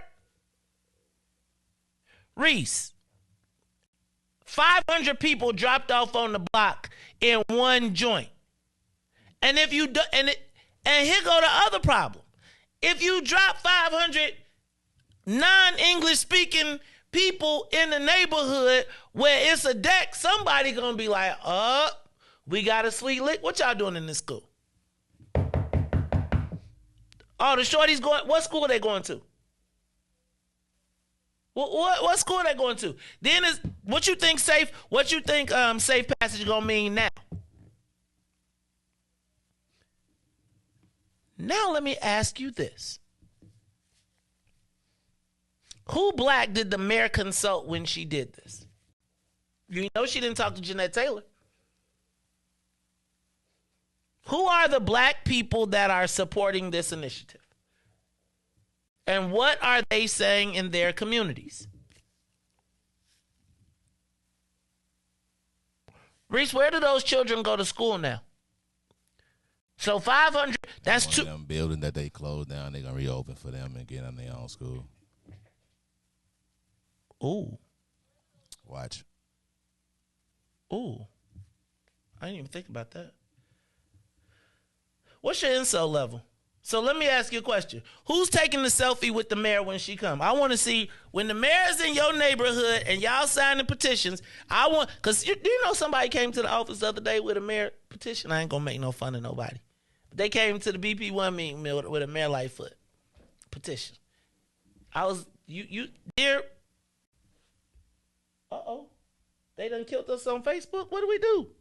Oh, so I'm looking on YouTube. I said we straight ain't got the Facebook one up. Oh, they done killed us on Facebook. Did I talk too much about the migrants? What did I do? Let me go to Facebook and see what they say. Did we play some music too long? No, we went to the commercial and you played the little video, the little news thing. Maybe that was it. The news could have did it. Hey man, you know, it's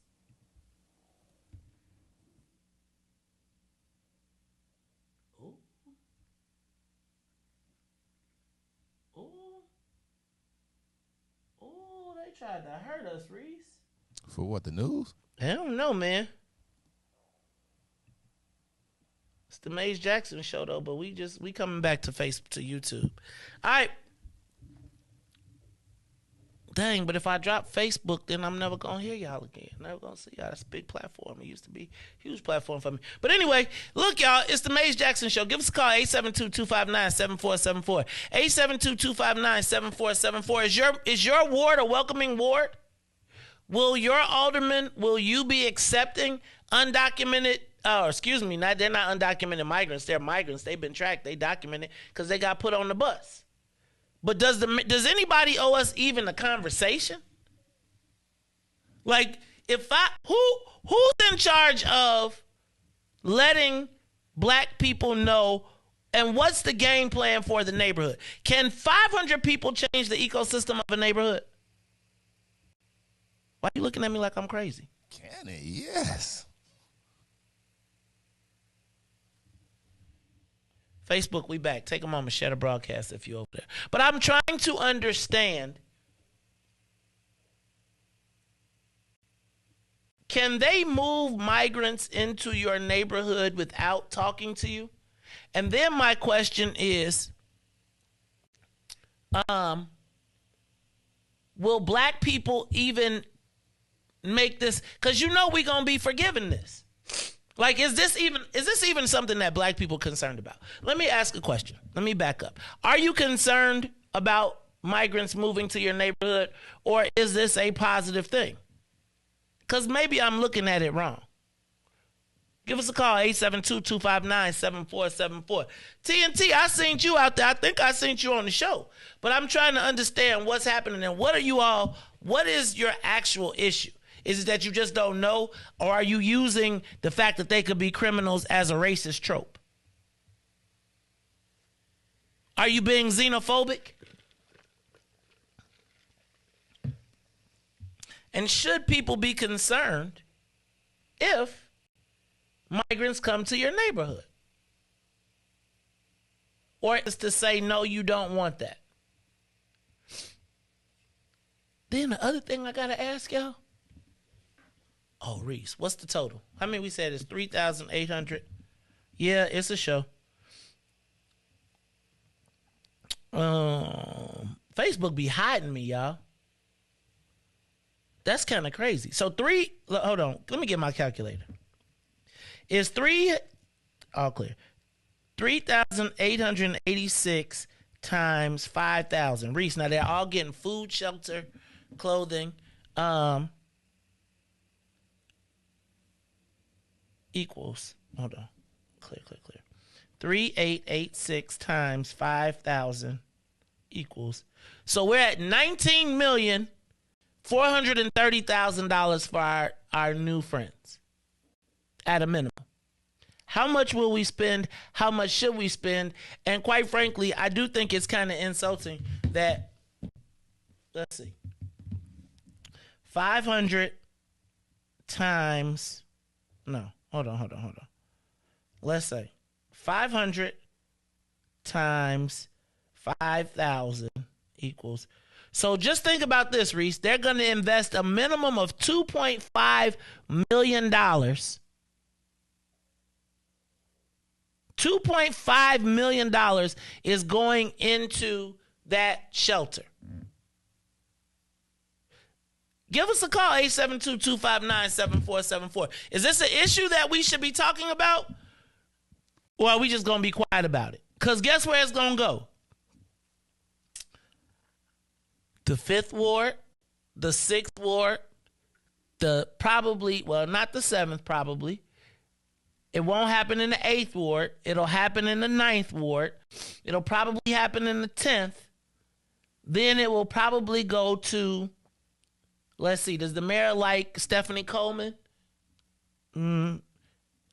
All the places where they don't have an alderman running, or a place where the mayor does not like the alderman, expect that your neighborhood will get immigrants, migrants, and they will not be talking to you. Do you all have to talk? Give us a call, 872-259-7474. 500 new people moving into your neighborhood. What does it mean? Caller, you're on the Mace Jackson Show. What's up?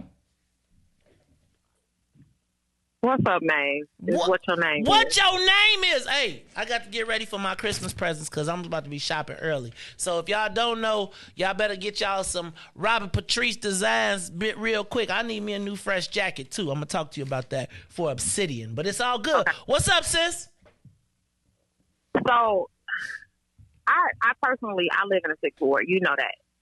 And I would like to hear from the 2 candidates it's more than that 2. are running. Tavares. Oh, well, the 2 main ones that I know that are associated with the show. I'll put it to you that way. I don't know who else is, who else is rocking with us. But from the 2 that we are able to actually talk to and touch, what they think about migrants possibly moving into the neighborhood. Because it's truly, it's a question that should be answered. It should be at the top of the list for every black ward, damn it. Go ahead. Everybody. I also think that we have to understand that concerns should not be equated to racism, and we have to stop allowing people to do that. We don't own enough to be racist against anybody. Racism is about capitalism and keeping people away from what you have, and just having them not be able to attain what they have. That's what racism is. It has nothing to do with color or anything like that. But it is okay for us to be concerned, especially considering what we see every day on the news when they tell us about South American countries, the violence and things like that they have. That's what I'm saying. This is from Democratic media that's showing us these things. And now we are in a democratic city, and now we're supposed to welcome the same people that you told us that were dangerous, the same people that they told us, oh, you shouldn't go to these countries. You need to be on high alert when you go to those countries. We go to Aruba a lot. You cannot, Venezuelans, they will swim over. They will do what they got to do to get over there, and they are stopped every time. Venezuela is 12 miles outside of Aruba. 12 miles. They couldn't care less if you walked on water. You can't come here. Why is it that everybody can come here, but we can't go nowhere else? Do you know how bad I want to throw myself on the mercy of somebody else's court and ground just so I can stay what I deal with? You mean to tell me I have to feel like I'm a hostage in my own neighborhood by people that look like me? Then I got to be able to speak Spanish so I can keep the other folks off of me. It's ridiculous. We have no insult level. Absolutely don't. It is time for us to stop being so welcoming, so forgiving, so understanding. No, nobody is welcoming us. Nobody understands us. Nobody wants us. Like I always say, black people are the only people of the melting pot of America that did not melt. All we did was stay at the top and add flavor. That was it. That was all. It's time for us to put our big boy panties on, big girl shorts on. Hold on. You got that twisted. We don't got big boy panties. We put on big girl panties and big boy shorts. Get that right. We over here on some regular stuff. You know what I mean. I know, but I got to make sure everybody else do, because you next thing you know. The context matters. But it's just time for us to think about ourselves. Put your mask on first. Put your mask on first. Stop diagnosing black folks because they think outside of what you think. Oh, he got to be crazy. Why? Because he's telling you the truth. Kanye been telling you the truth forever. Oh, his mama died. He got bipolar. What about the people that you know that really do have it? How insulting is that? We have to start putting our mask on first. It's the first rule that they tell you on an airplane. Put your mask on before you even put your own child's mask on. We got to do better. Otherwise, we just... I don't know, man. It's just... That's it. That's it. You've been asking the same question forever. That's why I'm like, the same people wake up 6 to 9 every day, and you've been asking the same question for 6 years. I'm about to stop. Since the beginning. I'm about to stop. Come on. And you know I'm all for it. You know me and Tunney are all for it.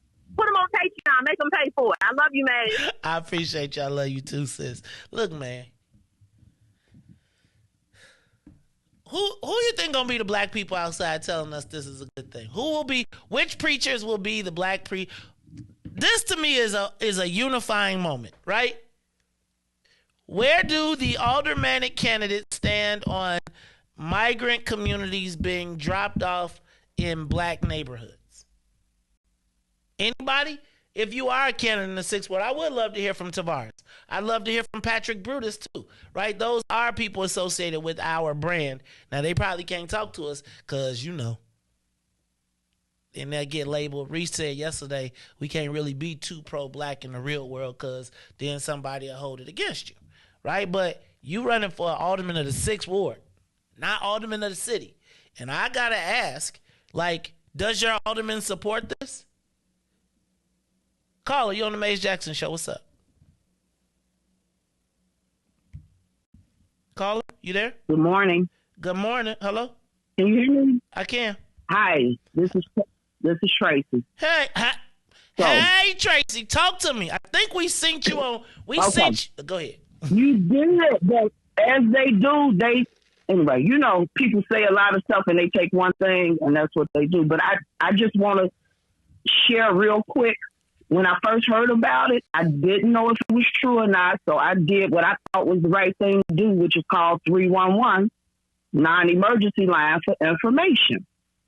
311 first told me that they could not tell me anything about where migrants were being housed because that's private information.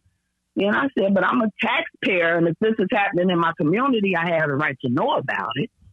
Then 311 said, well, you said, pardon? I was going to say, what you Negroes doing reading and counting? Go ahead. I'm sorry. Okay. So then she said, well, call board education since you said it's happening in the schools. Ooh. I said, okay. So she could not give me a phone number for a department in the city of Chicago that was in charge of what was happening with these people. That's my point about 311, which I think they really could work on. So my neighbors found out that this was a true thing. Somebody, some kind of way, got hold of a news person. We found out these are going to be 500 single men and women. These are not families. What? What's 500 single? Go ahead. Single men. I need you to put a pin. Hold on, man. Let me finish. So 500 single men and women, not 500 people that are with their families or children. So that's a whole nother dynamic. As the alderman said, what you said, May, say the mayor don't like the alderman. Why not put this in back of the yards, which is still in the 20th ward, where these people could be around people that speak their language? Because she wants to crush her with you. Go ahead. There's just, right. So what I'm saying is it has the feeling of intentionally bringing chaos into the neighborhood when you're doing it with the way it's being done secretively and the way they're being dropped around a bunch of people that don't speak their language. Literally across the street from it to the east, literally is a senior citizens building. Literally across the street to the north of it is a school that goes grades 6 through 12. I have a sincere public safety concern about putting 500 single men and women who we have no idea what their background was in their country of origin. It's not being racist. It's me being concerned about what's being put very close where I live, where I pay taxes, where my TIF dollars are continually taken and given to the University of Chicago, regardless of what we say about it. And that building that they're being put in is a University of Chicago charter school building. It's got University of Chicago all on the side of it. So I lived here a long time. I know what it is. The pimp hand has been put down.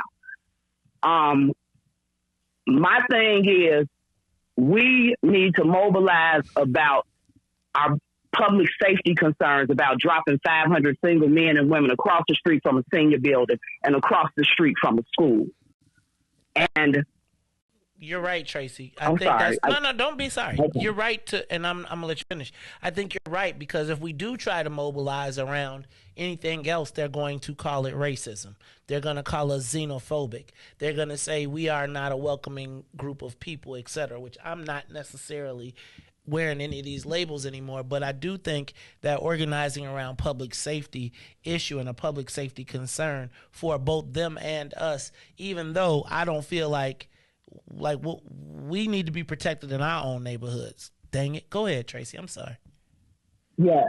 And I just, we have neighborhoods in Chicago that have people that speak the same language as them. And I would really, it would just make more sense that if this is happening because it's an relationship year, because she said sanctuary city umpteen times, it would make more sense to put it where people could be supported by people and people around them. More people speak the language. And this is, anybody ever heard of the City of Chicago Department of Assets, Information, and something else? It's some, they mentioned it in that news story. So there's a whole department in the city. I'm sure there's several that's doing stuff that we don't know about. And I just would really ask that people in, whoever signed them contracts, they got mothers and they got children. And would they have put, with what kind of background check would they want done before they put 500 single people across the street from their elderly parents or across the street from their child's school? There are laws about, having people, but those are people that have been convicted of American crimes. I have no idea what these people background. I would like to get information from the city, comprehensive information about what the background check looks like. And I don't think that's too much to ask before you drop 500 people across the street from a senior building and across the street from a school. Can the people learn what the background check looks like, please? No, because you don't have an insult Thank level. you. What are you talking about? Negro, you better take these. You're going to take this and you're going to like it. There is no, what I got to talk to a black person for? Because you don't have no insult level. Y'all don't be wanting to hear me when I told y'all, I asked y'all earlier, what is y'all insult level? If they can do, there's nothing that they cannot do to black people that we ain't going to be like, yeah. Again, when we were in college, we had this thing called a smile wiper. Right? You'd be standing there and a bro would just come walk up and just slap your forehead and wipe the smile off your face. And you'd be like, did you like that? And you'd be like, thank you, sir. May I please have another? So he hit you again and do it again. Thank you, sir. May I please have another? We have no insult level. Caller, is it calls on the line? Caller, you on the Maze Jackson Show. Matter of fact, let's do this. Let's take a top of the hour because hold up, caller. Hold on. We're gonna take a top of the hour. We're gonna play not the Remy one, but the regular one. Let's hit it. Do that let's do it right away and let's come back. It's the Maze Jackson Show. We'll be back after these messages. In a minute after these messages. We'll be back. The Maze Jackson Show. We'll be back after this break. Maze Jackson. Sometimes when you're very comfortable with white folks can convince you of how black people got it messed up. How we don't understand the real business. Do you understand the words that are coming out of my mouth? I'm telling you, I've been there. So you sit around, you be around people and they be like, man, they don't understand the complexity. If anybody understands the complexities of moving weed, it's black people. Like, I'll never forget when I went up to the white guys when they was trying to figure out how they was gonna navigate around us. And Riis, they had this whole book about cannabis. And they had written it in this nice pretty book that was bound, and they passed it out, and it was like they were legitimizing. I was like, dog, this is literally a manual on how to sell weed. Didn't we invent 3 for 10? Stop playing with me, Smokey. And we're 0 out of 200 in the state of Illinois with the most black elected officials. The most dangerous show in the morning.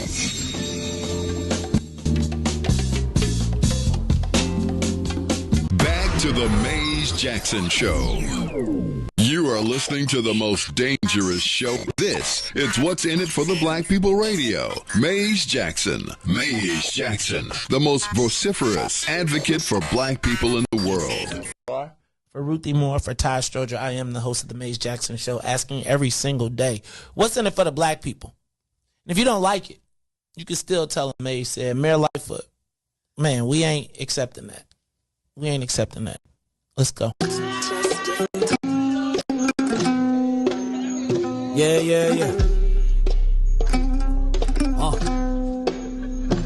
Let's get down to business and go ahead and address the facts, man. Lightfoot seems more lesbian than black. Rahm Emanuel's another case. He was just as tired. 50 closed schools left much to be desired. Police had Anjanette naked on that body cam. They suppressed the footage so it couldn't touch a lot of hands. Reminds me of that 16 shots in that cover-up. Both of them similar, so I went and dug it up. George Floyd killed, a lot of riots happened in the town. Southside burned and they wouldn't let them bridges down. Grandmother sick, need a prescription and plus a couple groceries. You gon' have to travel just to get it now. COVID-19 out here shutting all the business down. Not enough SBA loans to even give around. So many failed businesses that you could put them in the pile. If you don't survive the pandemic, it's gonna sit you down. We sing, dance, play ball, entertain, and crack jokes. Government infested black neighborhoods with crack smoke. System that milked us so bad, we got lactose. Still trying to find out what's in it for us black folks. We sing, dance, play ball, entertain, and crack jokes. Government infested black neighborhoods with crack smoke. System that milked us so bad, we got lactose.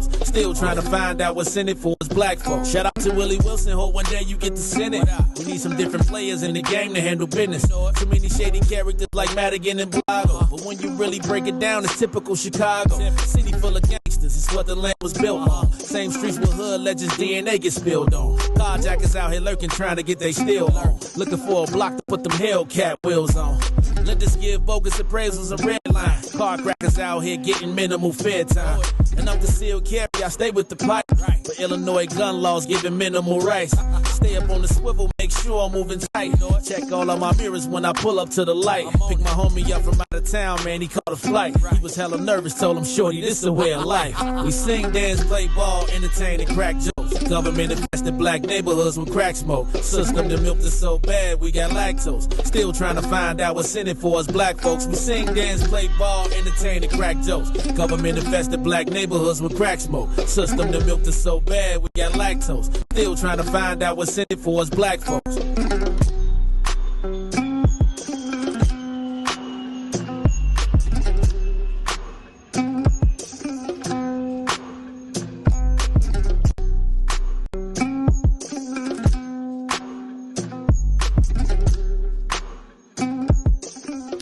Wake up, Chicago! Wake up, world! This is the Maze Jackson Show. I'm your host, Maze Jackson. Got my man, DJ Riis, the ruler. Somebody told me an 8-year-old little black boy was shot and killed yesterday. Will the mayor defend her like she did a little homicide? We'll talk about it. I'll be getting all type of stuff. Look, y'all, it's the Maze Jackson Show. Facebook took us down. They said we used someone else's content. So I'm assuming it is the Amazing Grace or the CNN or one of them. I don't know. Okay, my bad. My bad. So let me ask you a question. Do we have an insult level? Riis says there is none. I think that the fact that to me, the mayor's office does this, and she was just, wasn't she just in y'all neighborhood knocking on doors last week? Didn't the mayor come to the southeast side last week to knock on doors? How many of y'all signed a petition, signing a petition to your own demise while she dropping people off in your neighborhood? I am not going to talk about the person who is at the meeting carrying a petition for the mayor as she dropping off migrants in our neighborhood, not telling us. But maybe it's just me. Am I being a racist? Am I being xenophobic? I think it's kind of crazy that 500 single men and women are being dropped into a neighborhood. Riis, it's going to be, can I tell you what that is going to be? A population birth center. 250, that's going to be the love connection. And it's going to be brothers all outside. Who's going to ask the mayor, because the black, y'all going to take the press release, right? The black people gonna put the press releases out. Ain't nobody gonna say we just gonna pretend like it ain't happened. $2.5 million new dollars coming into the into the Woodlawn community, but they going out the door to another group. And I just need to say, the mayor said she put $5 million in the budget.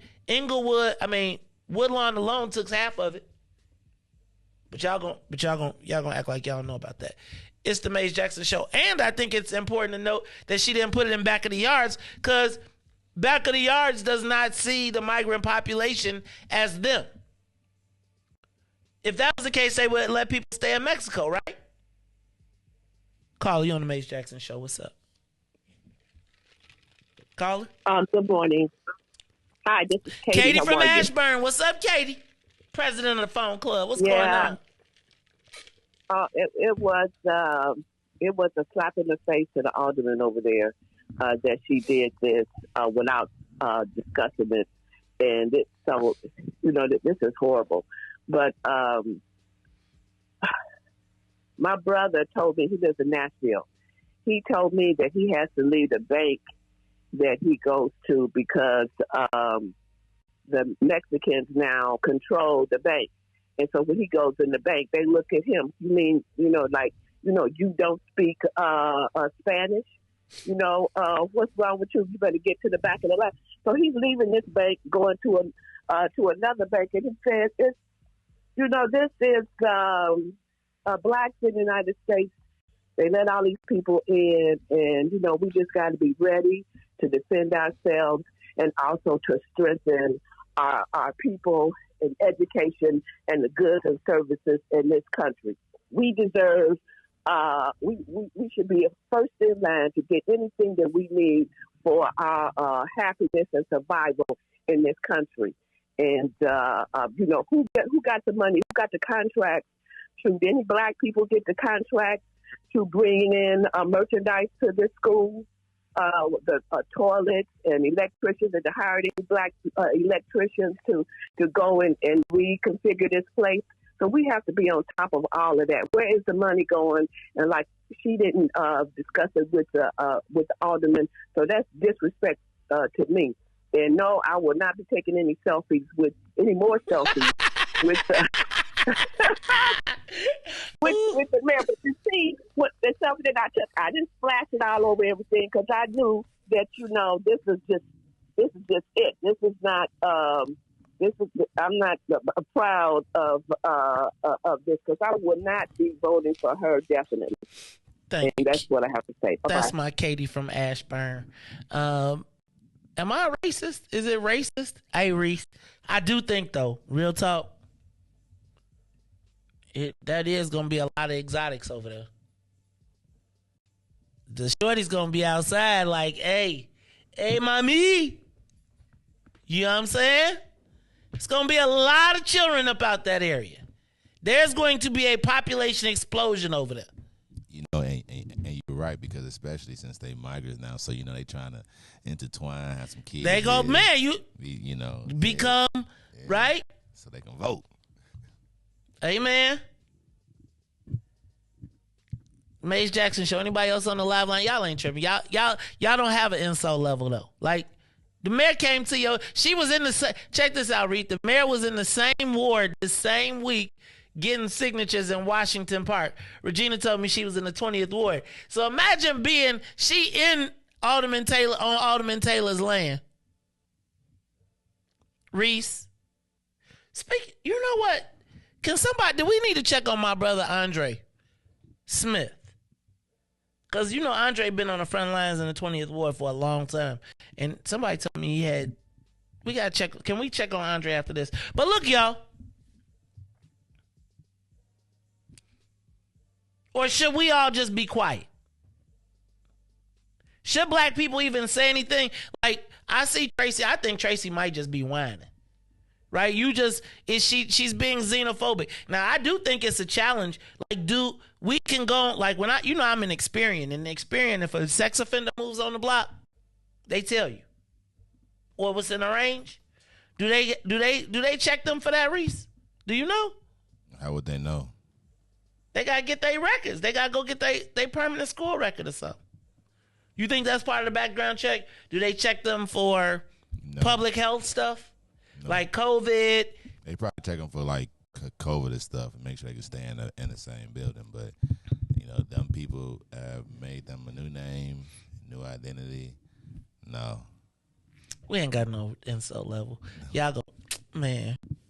Brother's gonna be running around here like, hey, mommy. Trying to tell me that if you was in you move somewhere different, you could change your name to, like, you don't know who I am. I can tell you I'm anything. I'm from a different country. I don't speak the language. I'd be like, I'm Mays, MF, and Jackson. That's probably what you would say because, you know, but if you know what I'm saying? But if you was trying to escape. If you trying to escape, you Sergio.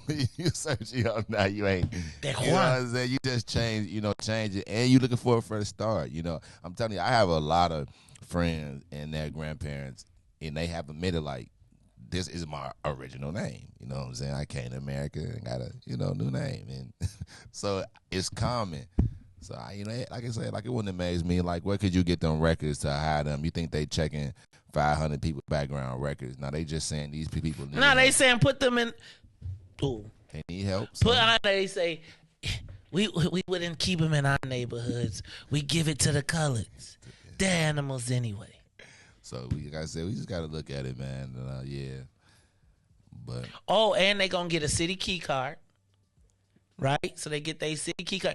I bet you, how many of them you think they going to apply for universal basic income and gas cards? They probably, what would you do if it was a story and they had gas cards and they was cracking the gas card?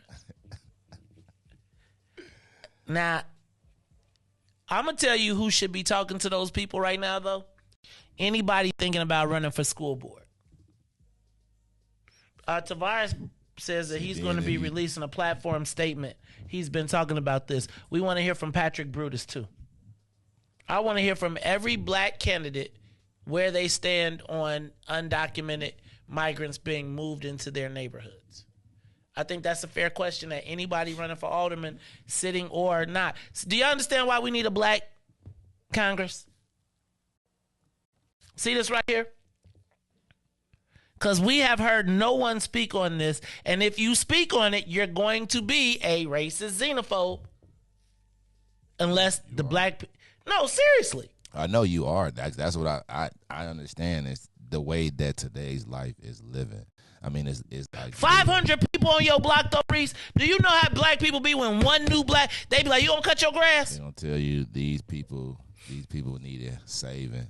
If you need help saving, what you want, like someone to help you out. You know, I mean, like our transition over here wasn't that. You know, we didn't get put in. I mean, we did get put in the big house, but look at Cassandra talking about what's the age of the new male immigrants. Look at that. Prime for dating. Yeah, look at y'all. Y'all want y'all baby with some good hair. Man, listen, man, they'll fix your apartment up real good. You'll be all right, man. You know, that's what I'm saying. It's like in today's world, it's kind of, and that's what I really try to like explain. It's very hard. Will they get driver's licenses? I mean, yes. You got to give them a package, Joe. Who is going to give them a car? I think they need to get a car donated to. No, you just tripping. No, I'm not. You know they got to get a venture card.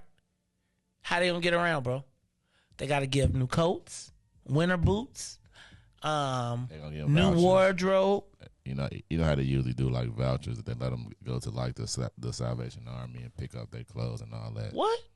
Yeah. I've never heard of that before. Yeah, they let somebody come in with the little. I mean, they told us no used clothes. They said only new items. It's new. It's some nice stuff in the thrift store. 4, 6, 8, 9, 16, 20, and 21. Those are the wards that should expect to see migrants. Juan Martinez, why are you talking about who is checking their citizenship status? We don't do citizenship here. We do humans.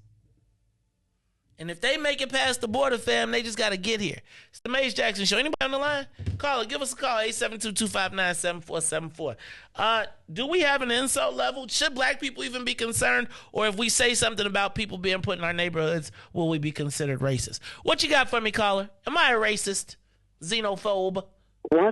Now, I've already told you, man. You don't have the power to be a racist. I have to speak up. Absolutely not. Everything Tracy said was correct. The only issue I had is, once again, we're conceding. Oh, we shouldn't put them over here, but we should put them over there. First of all, they wouldn't take them in Wicker Park. They wouldn't take them in Bucktown. They would not take them in River North, would they? Would they be racist if they denied for them to come to that area? First of all, we need to be looking at the money. We need to be looking at the economics of this, all right? So you already added up the numbers. So we're not even talking about the amount of money that it's going to it's going to take to pay people to implement this initiative. We're not talking about all the people that are going to be paid. I don't care about contractors coming in and putting toilets in there. That makes no difference. Because when you're looking at the conditions of what is going on with our people in these urban areas, we have no business inviting anyone into these areas until we sweep up what's going on for African Americans. And what are we about? What's in it for the black people? I got one more thing to say. I live in the Rogers Park area. Okay. So I'm driving back and forth on Park Street because I'm looking at these lights being on in this little storefront piece, and it's a whole bunch of immigrants in there, and they're getting trained to do something. So I'm like, are they training them to do electricity? This is at 12 o'clock at night. These lights are on. So finally I stopped to see what is this? You know, who's funding this? What's going on? So it's actually a place where they're training them to be electricians and to work for Tesla. And I'm like, this is really deep. They have nothing like this on the South Side. You know, I care about I care about our communities, whether it's the North Side or the South Side. You know, but I have a serious issue with this because we're not even looking at the economics. We're still conceding, saying we shouldn't put them here, but we should put them there. No, they should be put nowhere because black people need to be put first. Okay? Take care of our problems. Put our tax dollars in our communities to assist us first. We should be in the streets on this one. Have a nice day. I'm not calling back today, Maze, but I'm just enough. Stop. We need to be in the streets. Stop. You know what? We don't have beloved. I will, but you know we ain't got no insult level. But I do want to bring something to y'all attention that I want y'all to remember. Riis, this is gonna come through the switcher, so I think I just gotta push it. Right? Inviting trouble. Across my state of Illinois and virtually every other state, there is a desperate need for workers. Our birth rate is not keeping up with our demands for workers, and in every walk of life that you can imagine, we need more people. And there are those who want to serve this country, but we need an orderly process at the border. Right. To do that, we need Congress to do its part on a bipartisan basis.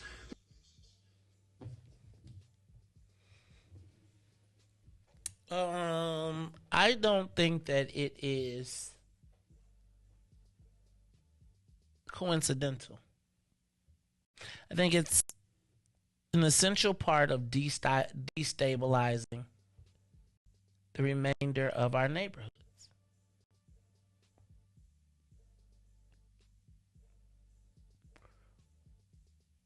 Who from your standpoint, really? Here, let me take you back to another one. Ready, Riis? More people to cross the border to make that dangerous trip? No, not at all. This city has always been a sanctuary city, and we've always managed those who wanted to come to New York City to pursue the American dream. Let's be clear here. We've all come from somewhere. Our lineage came from a location, and the pursuit of the American dream is what we've all fought for. It can be done correctly by making sure people legally enter the country and we coordinate in a proper way. That's what we are stating. And I will always believe that this is a country where people want to pursue the American dream, and there are ways it can be done correctly. So, yo, we don't have an insult level. I'm convinced.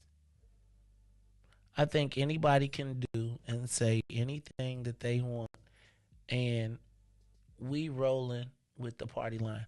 You do realize that Mayor Adams is now declared a state of emergency for migrants. What happens when they declare a state of emergency for black neighborhoods to get resources quicker to our migrant brothers and sisters, our migrant neighbors? our soon-to-be people. Realize they'll also be able to take advantage of the first-time home buyers programs and all of that good stuff. You know we're going to pack it up, right? So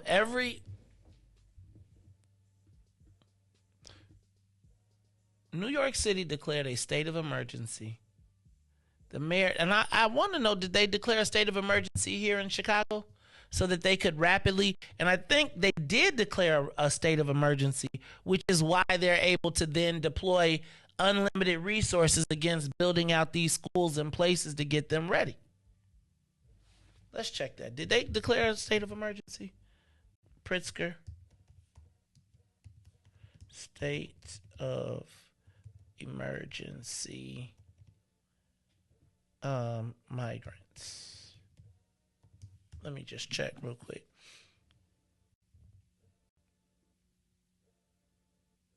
Okay, here we go. So look, y'all. Pritzker declares state of emergency to fast track housing, medical care, and more for Texas migrants to Chicago. Governor J.B. Pritzker issued a statement Wednesday for Illinois so he could free up resources to help the migrant crisis as Texas continues to send busloads to Chicago. The emergency disaster proclamation will allow state and local agencies to more quickly provide transportation, emergency shelter, and housing, food, health screenings, medical assessments, and other services to help asylum seekers. The state also activated about 75 Illinois National Guardsmen to help. They are logistics professionals who will be able to relieve government employees who have been working around the clock. The state of Illinois is doing everything in its power to support local jurisdictions to help ensure that the right tools, supports are in place as we move forward with this humanitarian response, Pritzker said. Let me be clear, while other states may be treating these vulnerable families as pawns, here in Illinois we are treating them as people.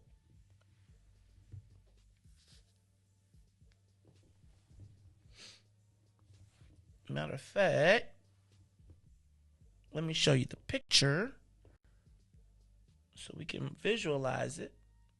Let's take Mayor Adams out of there.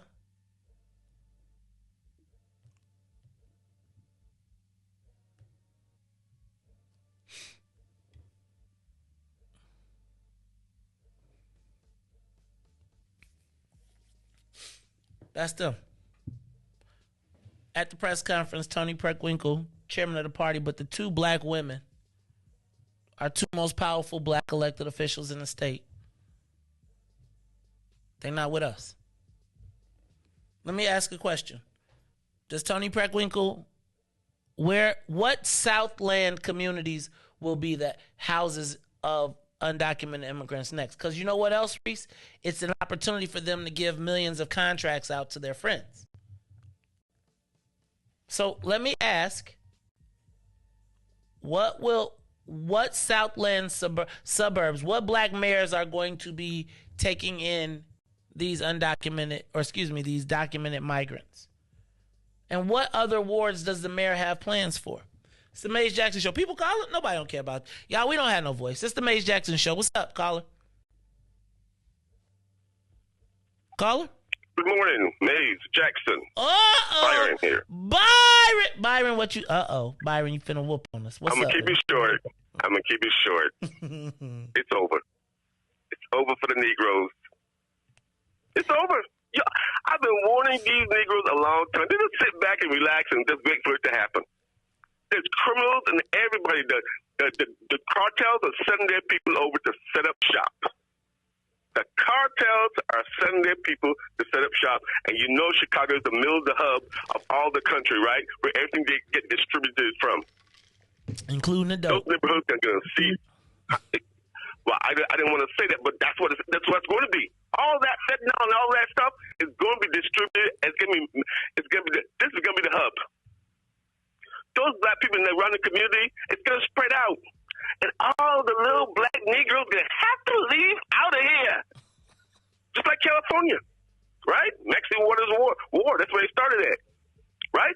All those little Negroes have to, because they want to vote against the interest. They're worried about the orange man, and right in their own neighborhood, the roaches are coming to get them, right? The roaches and the rats. They're going to send them packing. I keep warning them, you warn them. Voting against the interest. Now with the new law that's coming on January the 1st, these cats, the minute they come in your backyard, take your door off, a ticket, right? Knock inside your head, who cares? Who cares if they get caught or not? Because it's going to be out because Kim Fox is going to let him out. Kim Fox is going to let him out, right? I know you support Kim Fox, but that's we got differences, but I still love you. Because you're a genius to me. I tell people, this guy, Mays Jackson, I don't know why he reads stuff and he can take things apart and distribute it to us little Negroes in the simplest terms. But that's a genius right there. That guy is a prodigy. I tell people that all the time, Mays. I love you. You know, even though you support Kim Fox, who's devastated our community with that Chief Justice. Both those guys have to leave now. We must get rid of them. If we don't get rid of them, we're really done. Right? But we're done anyway. Because I warn people about this. People come across the border. It's not a simple thing. They're trying to make lemons out of lemonade or whatever they're trying to do here in Chicago with all those contracts. People like what's like Dalton, Robbins, they need that money, right? They can grab it. And then further displace those people in that area, right? Because they can set up shop. People can grab, they look at the money, they'll look at the big picture. The big picture is displacing Negroes. And the people who grab that money, they can be other people coming in that community with the money to distribute, and they're not gonna have the power over the money. They're getting the little crumbs. I try to warn these people, man. It's over. It's over for these Negroes. And I'm trying to get out of here because I'm going 2 or 3 deep in the white neighborhood away from these Negroes because they're not smart enough to see what's going on. I don't want to be around them, really. I really don't want to be around them. I told you that before. Y'all people will be laughing at me, that crazy buyer. Right? These niggas are looking up for themselves. They're not looking up for the best of the community. That's the problem. They should denounce that man a long time ago. Whoever she is or it is, whatever it is. I don't know what it is, but who cares? And Preckwinkle is a joke. Less than 1% of the black countries will go. She distributes to black folks. And she comes up every year. She taxes to death, take $100 from us and give us back $5 and says, look what I'm doing for you with the $5. She takes $100 and gives us back $5 and we think we're happy. These people don't understand how money works. Just sitting dumb and stupid and just sitting up there letting it happen to them. I don't feel sorry for them. I told you, I know where I'm going. When black folks move, they move to a white neighborhood. They move to a red neighborhood. They all move to Texas, Georgia, Miami, Florida. They move to other red states where they can be safe. No one moves to places where there's a whole bunch of black folks killing each other. They don't. It's a fact. No one wants to say it, man. And voting against the interest is what you've been telling these people all morning. It's just they don't get it. I feel sorry for them. It's okay. Life will get better. Keep hope alive, man. Thank you for the morning. Byron be trying to rub it in. He be like, let me put a little salt in your wounds. Y'all, I do think this is an interesting.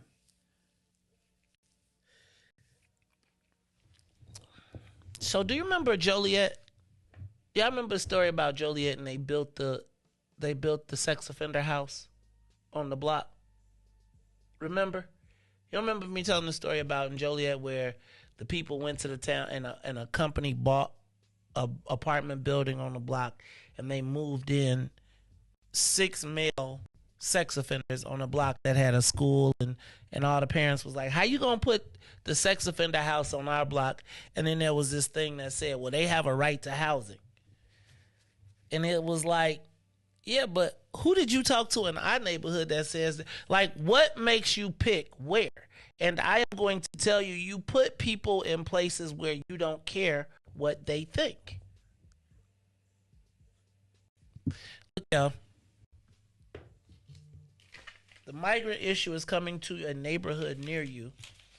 And whether you want to believe it or not, we need to be talking about it because I'm just telling you, the next time I talk about this, they're going to call me racist and xenophobic. And y'all going to sit back and watch. Oh, by the way, Kanye just lost his Adidas deal too. All right. They are stripping this. Man, I support every.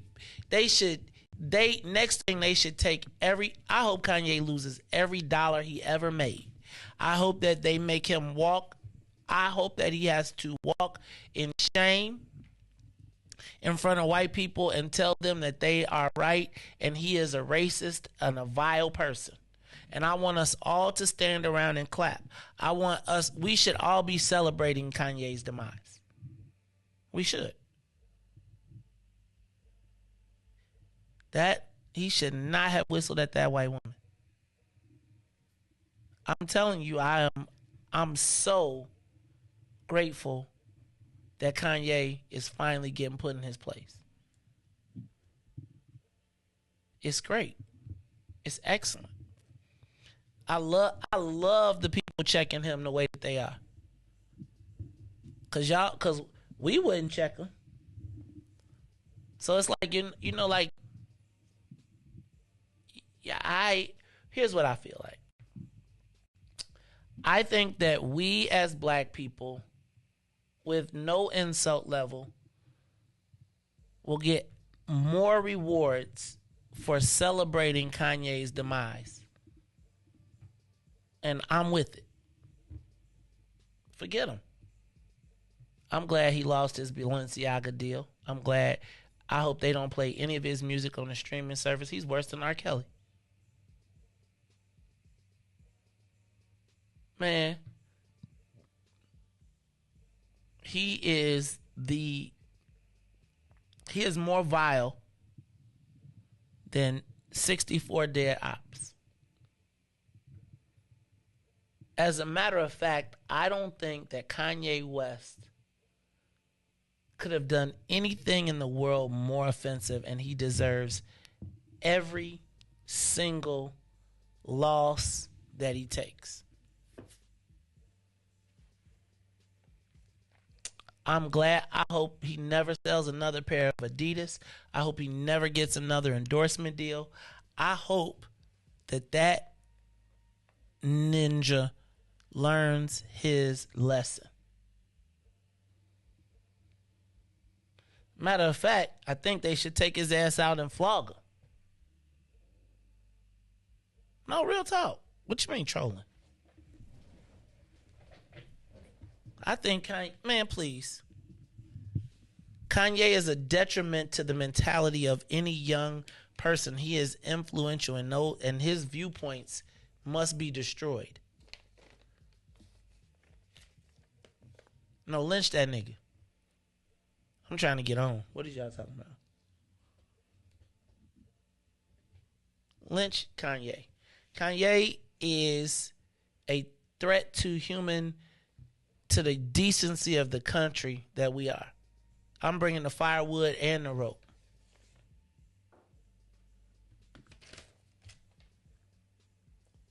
Not live on Facebook. It's there. I'm looking at it. Yeah, me too. I'm gonna go to the Maze Jackson page. Let me refresh. I'm gonna say. I believe I have 97 live people right now. Yeah, I got 97 live people on Facebook. But yeah, I think Kanye should be. I think he should lose. I think that his money should be unbankable. I think someone should consider taking his kids from him. I think that they should strip Kanye in front of the entire world and make him apologize.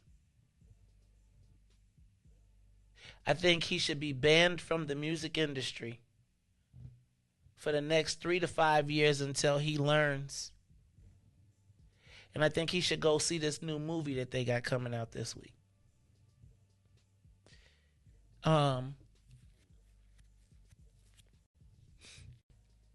No, I think Kanye should have lost everything. Everything. Strip his ass. And do it, and I want it done publicly. Love? Why?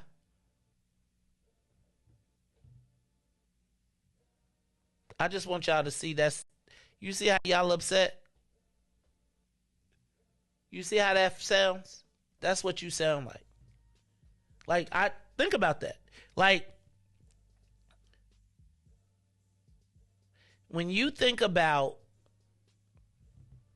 the level of offense that black people have taken in this situation, I kind of get it. Plunge a knife. It's like when you join the mob and they tell you got to kill, they already stabbed them, but you got to stick a knife in too. You want to stay part of the mob? No, I'm just saying, don't you think he deserves to lose all of his endorsements? I don't think he should even ever be given a platform to speak again.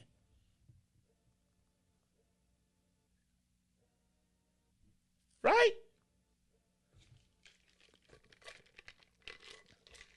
Give us a call, 872-259-7474. We got people moving into your neighborhoods. Now, let me ask a question.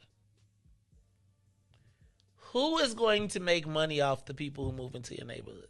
I better not ask that question because I'll probably y'all be calling me all type of stuff again. Look, it's the Maze Jackson Show. We're going to take a quick break, and then we'll be back after these messages. Take everything. Look, man, Kanye, when the next time we see Kanye, I hope they have broken him down. I want to see him beg for forgiveness. And I want it on TV. And I want an apology. Now let's sing Amazing Grace. Kanye West deserves everything that he is getting. And we should all stand by and watch in silence. No, real talk. What is y'all talking about? What is you talking about, Playtime Group? I'm serious. We should revel in black. I revel in watching people string black people up. Plus, he had a white wife. Damn Kardashians. Man, please. Lynch that Negro. I want to buy. What you think they're gonna do with this stuff once they get rid of him? Who will own his catalog when it's over? It's the Maze Jackson Show. Let's take a quick break. We'll be back after these messages. Kanye West, take it all. The next time we see him, I want to see him humble and apologetic. I do not want him talking all that smack. I do not want his mental health rantings. I want him to have gone to a mental health clinic and say he was just wrong. He apologized. He was having mental health issues, and I want him to blame it on his meds. I hope he can't spend none of his money, KV. I hope everywhere he goes, they say, we ain't taking your money. I want Kanye West to sing Amazing Grace on national TV. And I want the remix. And I want some dancing with it. And until then, he should be canceled. And black people should be the first people, because we understand we should not allow. Kanye West should be canceled by black people. It's the Maze Jackson Show. We'll take a quick break and we'll be back to wrap this thing up. It's the Maze Jackson Show. The Maze Jackson Show. We'll be back after this break. Hey, Chicagoland, all roads lead to Solo Beauty Supply, the largest black-owned beauty supply in Chicago. We carry a large selection of natural hair care products, plus much more. So come see us at one of our two locations, located at 9011 South Ashland or 8158 South Cottage Grove. Our inventory is growing, and with your support, Solo Beauty will continue to be a source of pride in our community. Yeah, Ruthie Mo, Riis the ruler, Maze Jackson. This is the reparations interlude. We not asking, we demanding. So go on, make my payments high, high, high, high, high, high, high, high, high. Tell the government to cut them reparations, make them high, high, high, high, high, high, high, high, high. Not no SBA loans, just run the bread, make it high, high, high, high, high, high, high, high. Tell the government to cut them reparations, make them high, high, high, high, high, high, high. Look, check it out. First drug lord was President Nixon. Oval Office was the trap house where he was tipping. Got the drugs from Nicaragua and gave us crack. Declared war on blacks. Man, tell him to cut the check and tried to make it seem like a revolution. CIA was the corner boys for distribution. We could tear this country in half for retribution. But I'd rather get some restitution, so tell him to cut the check. John Singleton, man, he already told y'all. He broke it down for you when he made Snowfall. They locked us all up and created whole laws. So send a message like a cold call. Tell them to cut the check. Look, we built this city. We built this city. Back this country together and gave him hella aid. Lot of blood, sweat, and tears. Over 400 years. Been punching the clock, but yeah, we still ain't got paid. Look, they paying the immigrants. They paid the Jews. Executive orders, man, they made the rules. I want my 40 acres, you can save the mule. Cause as of right now, we getting played for the fool. Look, for sterilization, Tuskegee experiment, Rosewood, Japanese internment. Come on. Was all paid out from the government. We waiting on our turn, we definitely earned it. So make my payment high, high, high, high, high, high, high, high, high. Tell the government to cut them reparations, make them high, high, high, high, high, high, high, high, high. Not no SBA loans, just run the bread, make it high, high, high, high, high, high, high, high, high. Tell the government to cut them reparations, make them high, high, high, high, high, high, high, high, high. Not no stimulus check, just run the bread, make it high.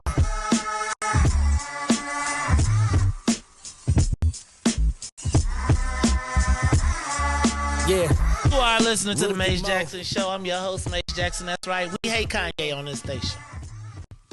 We are the Kanye haters. That's how you get points, right? I told y'all, look, I know how this game works. I'm telling you, you know how many people run into the office and be like, I don't like that Maze Jackson. They make they plow. Look, I understand. Look, I learned. You want to win in this game? Kill a nigga. Prove that you will hit a nigga on the head, and you too can prosper. Now, I am happy to take a whack at Kanye. Whack, whack, whack. Because don't it sound dope when black people be like, man, I hope, like I think it's, like, can you imagine as the cooking is going on? And the black, like, I'm cool with being like, okay, be quiet. But like, when you on the, this ain't about dude. This is not about dude. I think that Kanye West is dangerous. That mentality is dangerous, and it must be killed. It must be stopped. And I think what y'all have to understand is, don't nobody care about that nigga's money. Y'all talking about he the richest man in the world. He could be the deadest man in the world. He can be he can be federal. Fam, do y'all understand what are y'all not understanding about what is possible? Did y'all not hear me read Adidas canceled him today? He brought Adidas single-handedly back. Who was buying Adidas? Your money don't matter, nigga. And I just wish that we as black folks would stop embracing these people in our community whose hearts are filled with hate. Look, man, we are all people of color here. We all came to this country for a better life. There has been no, we share persecution with many people were persecuted around the country. Many. The world is full of it. Yesterday I was listening to the Presumed Alliance, and what I learned was that the civil rights struggle was not based on Emmett Till or Brown versus Board of Education. It was birthed in Latino California, where they suffered way more discrimination than we did. Kanye espousing these hateful rhetorical comments must be addressed by black people first. We as black people must stand against hatred anywhere in this country. We must be the first people, because if we allow it, we of all people should understand why hate must not be allowed to thrive in our community or our country. And so I applaud every company that has taken up Ari Emanuel's mission. I applaud them. Now we need Apple and Spotify to take down his music and Tidal to remove him from the playlist. They need to pull all his videos down. That will show the world that we cannot tolerate hate. So I stand here today on the Maze Jackson show calling for the complete removal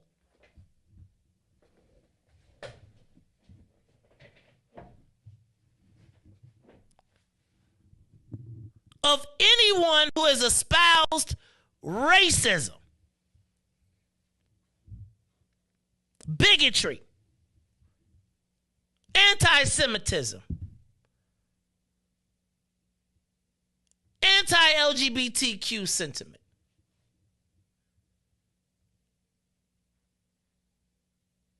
But then, Riis, I want reciprocity. I want reciprocity. So if you can take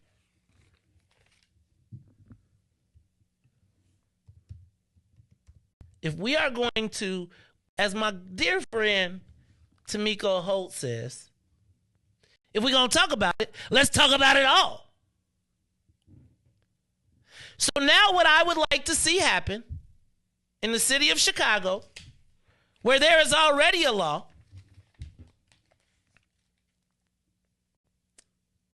I would like to identify first of all, Riis, I think we need to go back to, the city council needs to go back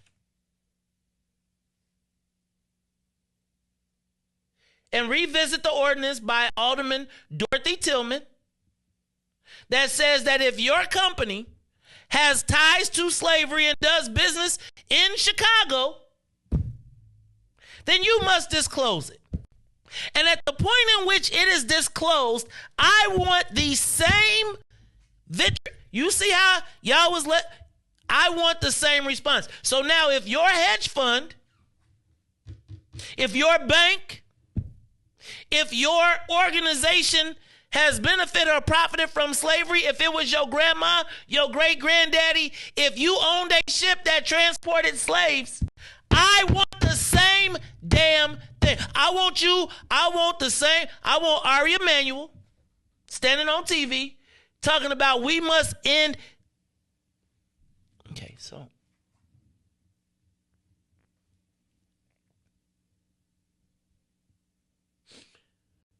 now, I don't want to hear nothing about your grandfather.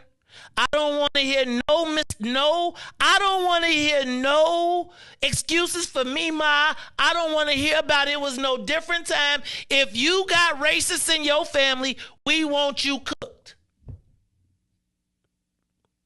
If you participated in the cover-up of the murder of a black person, we want the same. We want reciprocity. Somebody giving us rhyme? Nobody? Oh, we ain't gonna talk about that. But here I stand as a black man telling you I want to cook. Hey, man, Kanye West should be just taken down. How many black murders did he cover up? Because somebody asked how many. Just help me. See.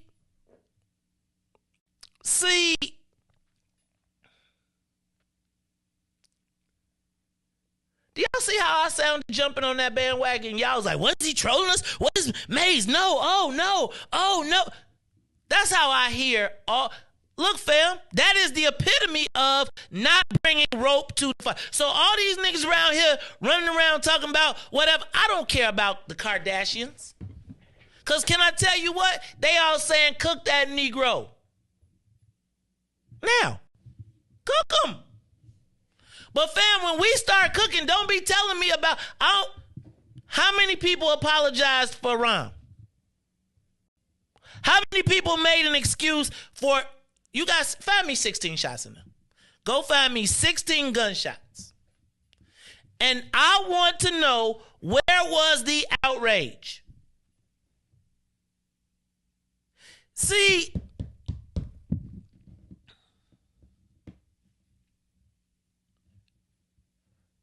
black people spring to white defense and think we get points with white folks for hanging Negroes. The problem y'all don't understand, whether it's Kanye understand it or not, he's still a he's expendable. Y'all talk about his $12 billion and they just told you we don't care about your $12 billion. All I'm suggesting is,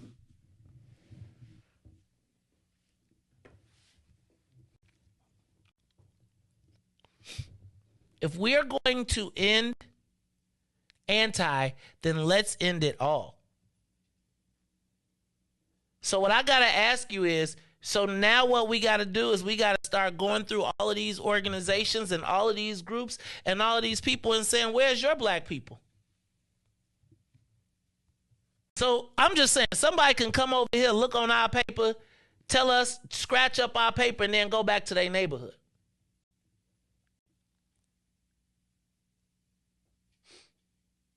We have no insult level. And they laugh at you for cooking your own. Did you ever hear anybody talk crazy about Rahm Emanuel from any other community? They told you to get over it. He said, who raised you?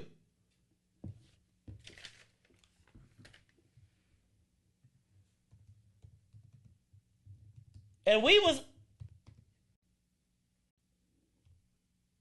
with it.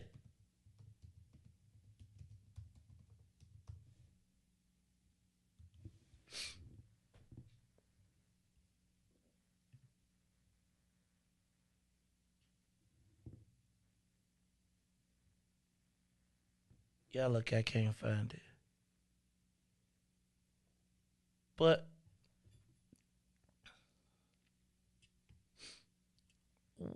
we always find a way, because we think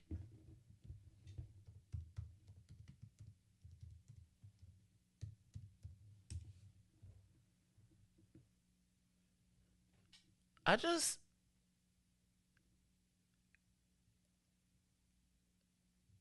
don't know.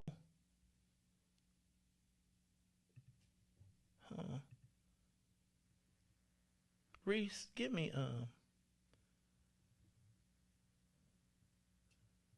where am I? Let me do this. Give me some audio.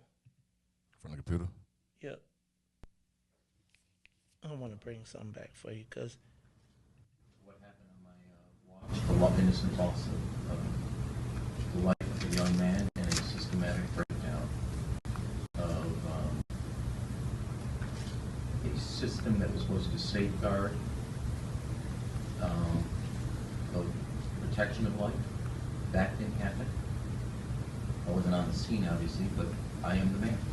What about the delay? The delay, 13-month delay in the Brad, let me just cover it up. Okay, I'm trying to give you a heartfelt and honest answer.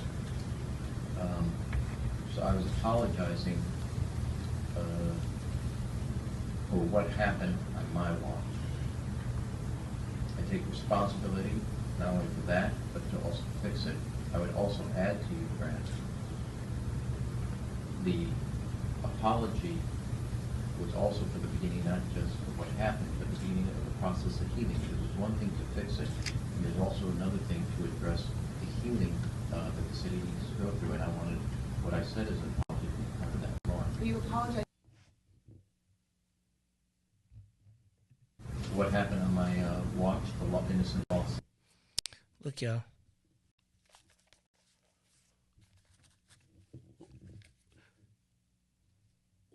You forgive the cover-up or murder of your own child. You will forgive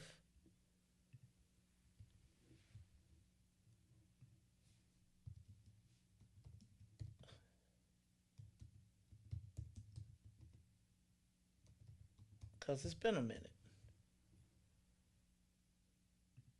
It's been a minute, and I just think maybe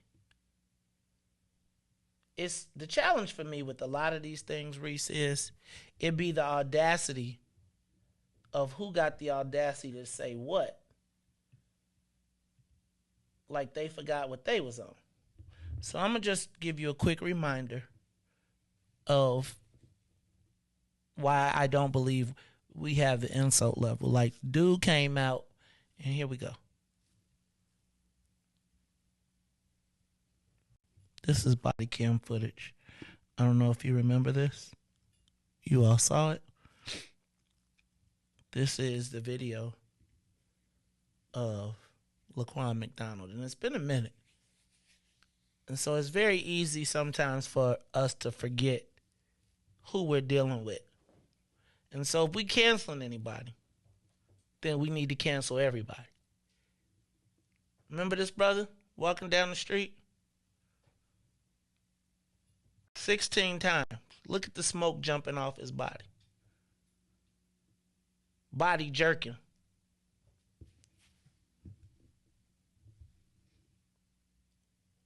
We have no insult level. You're going to see these people come into your neighborhood. The same people who did this to you. The same people who gave you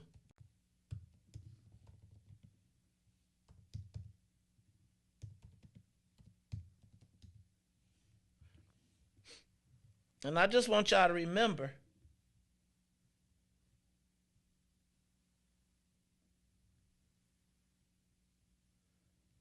this happened. This too, while Mayor Lori Lightfoot protected let me back up. While Mayor Lori Lightfoot protected the Civilian Office of Police Accountability publicly releasing their report tonight Don't on forget, the raid of Anjanette this happened Young's home under back in February Rhymes Watch 2019. as well. After an extensive 18-month-long investigation, COPA finds at least half the officers involved should face consequences over what happened that night. WGN's Brona Tumulty here now with more details. Good evening, guys. Yeah, the report recommends consequences that range from a one-day suspension all the way up to potential. Jason Van Dyke is already home. What are you talking about? An innocent, unclothed social worker traumatized in her home. The Civilian Office of Police Accountability tonight publicly releasing its findings on what happened the night Anjanette Young's home was raided by police. The department's failures in executing the warrant were preceded by the absence of required due diligence and supervision in the warrant's acquisition. The report states Officer Alan Aparango, who obtained the warrant, failed to properly verify the address of a known felon given to him by a police informant. That led officers to the home of Young instead. The report recommends Aparango receive a minimum of a 6 6-month suspension, but potential termination for him is on the table. Termination is also a possibility.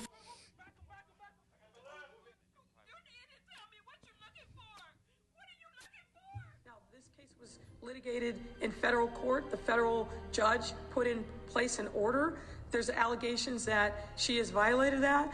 A federal judge put rules in place. It's for that judge to determine whether or not that was appropriate. I'm not going to sit here and second guess a federal judge or how the information related to that matter is handled. That's for that judge who I know and is very competent and I'm sure will be fair in assessing.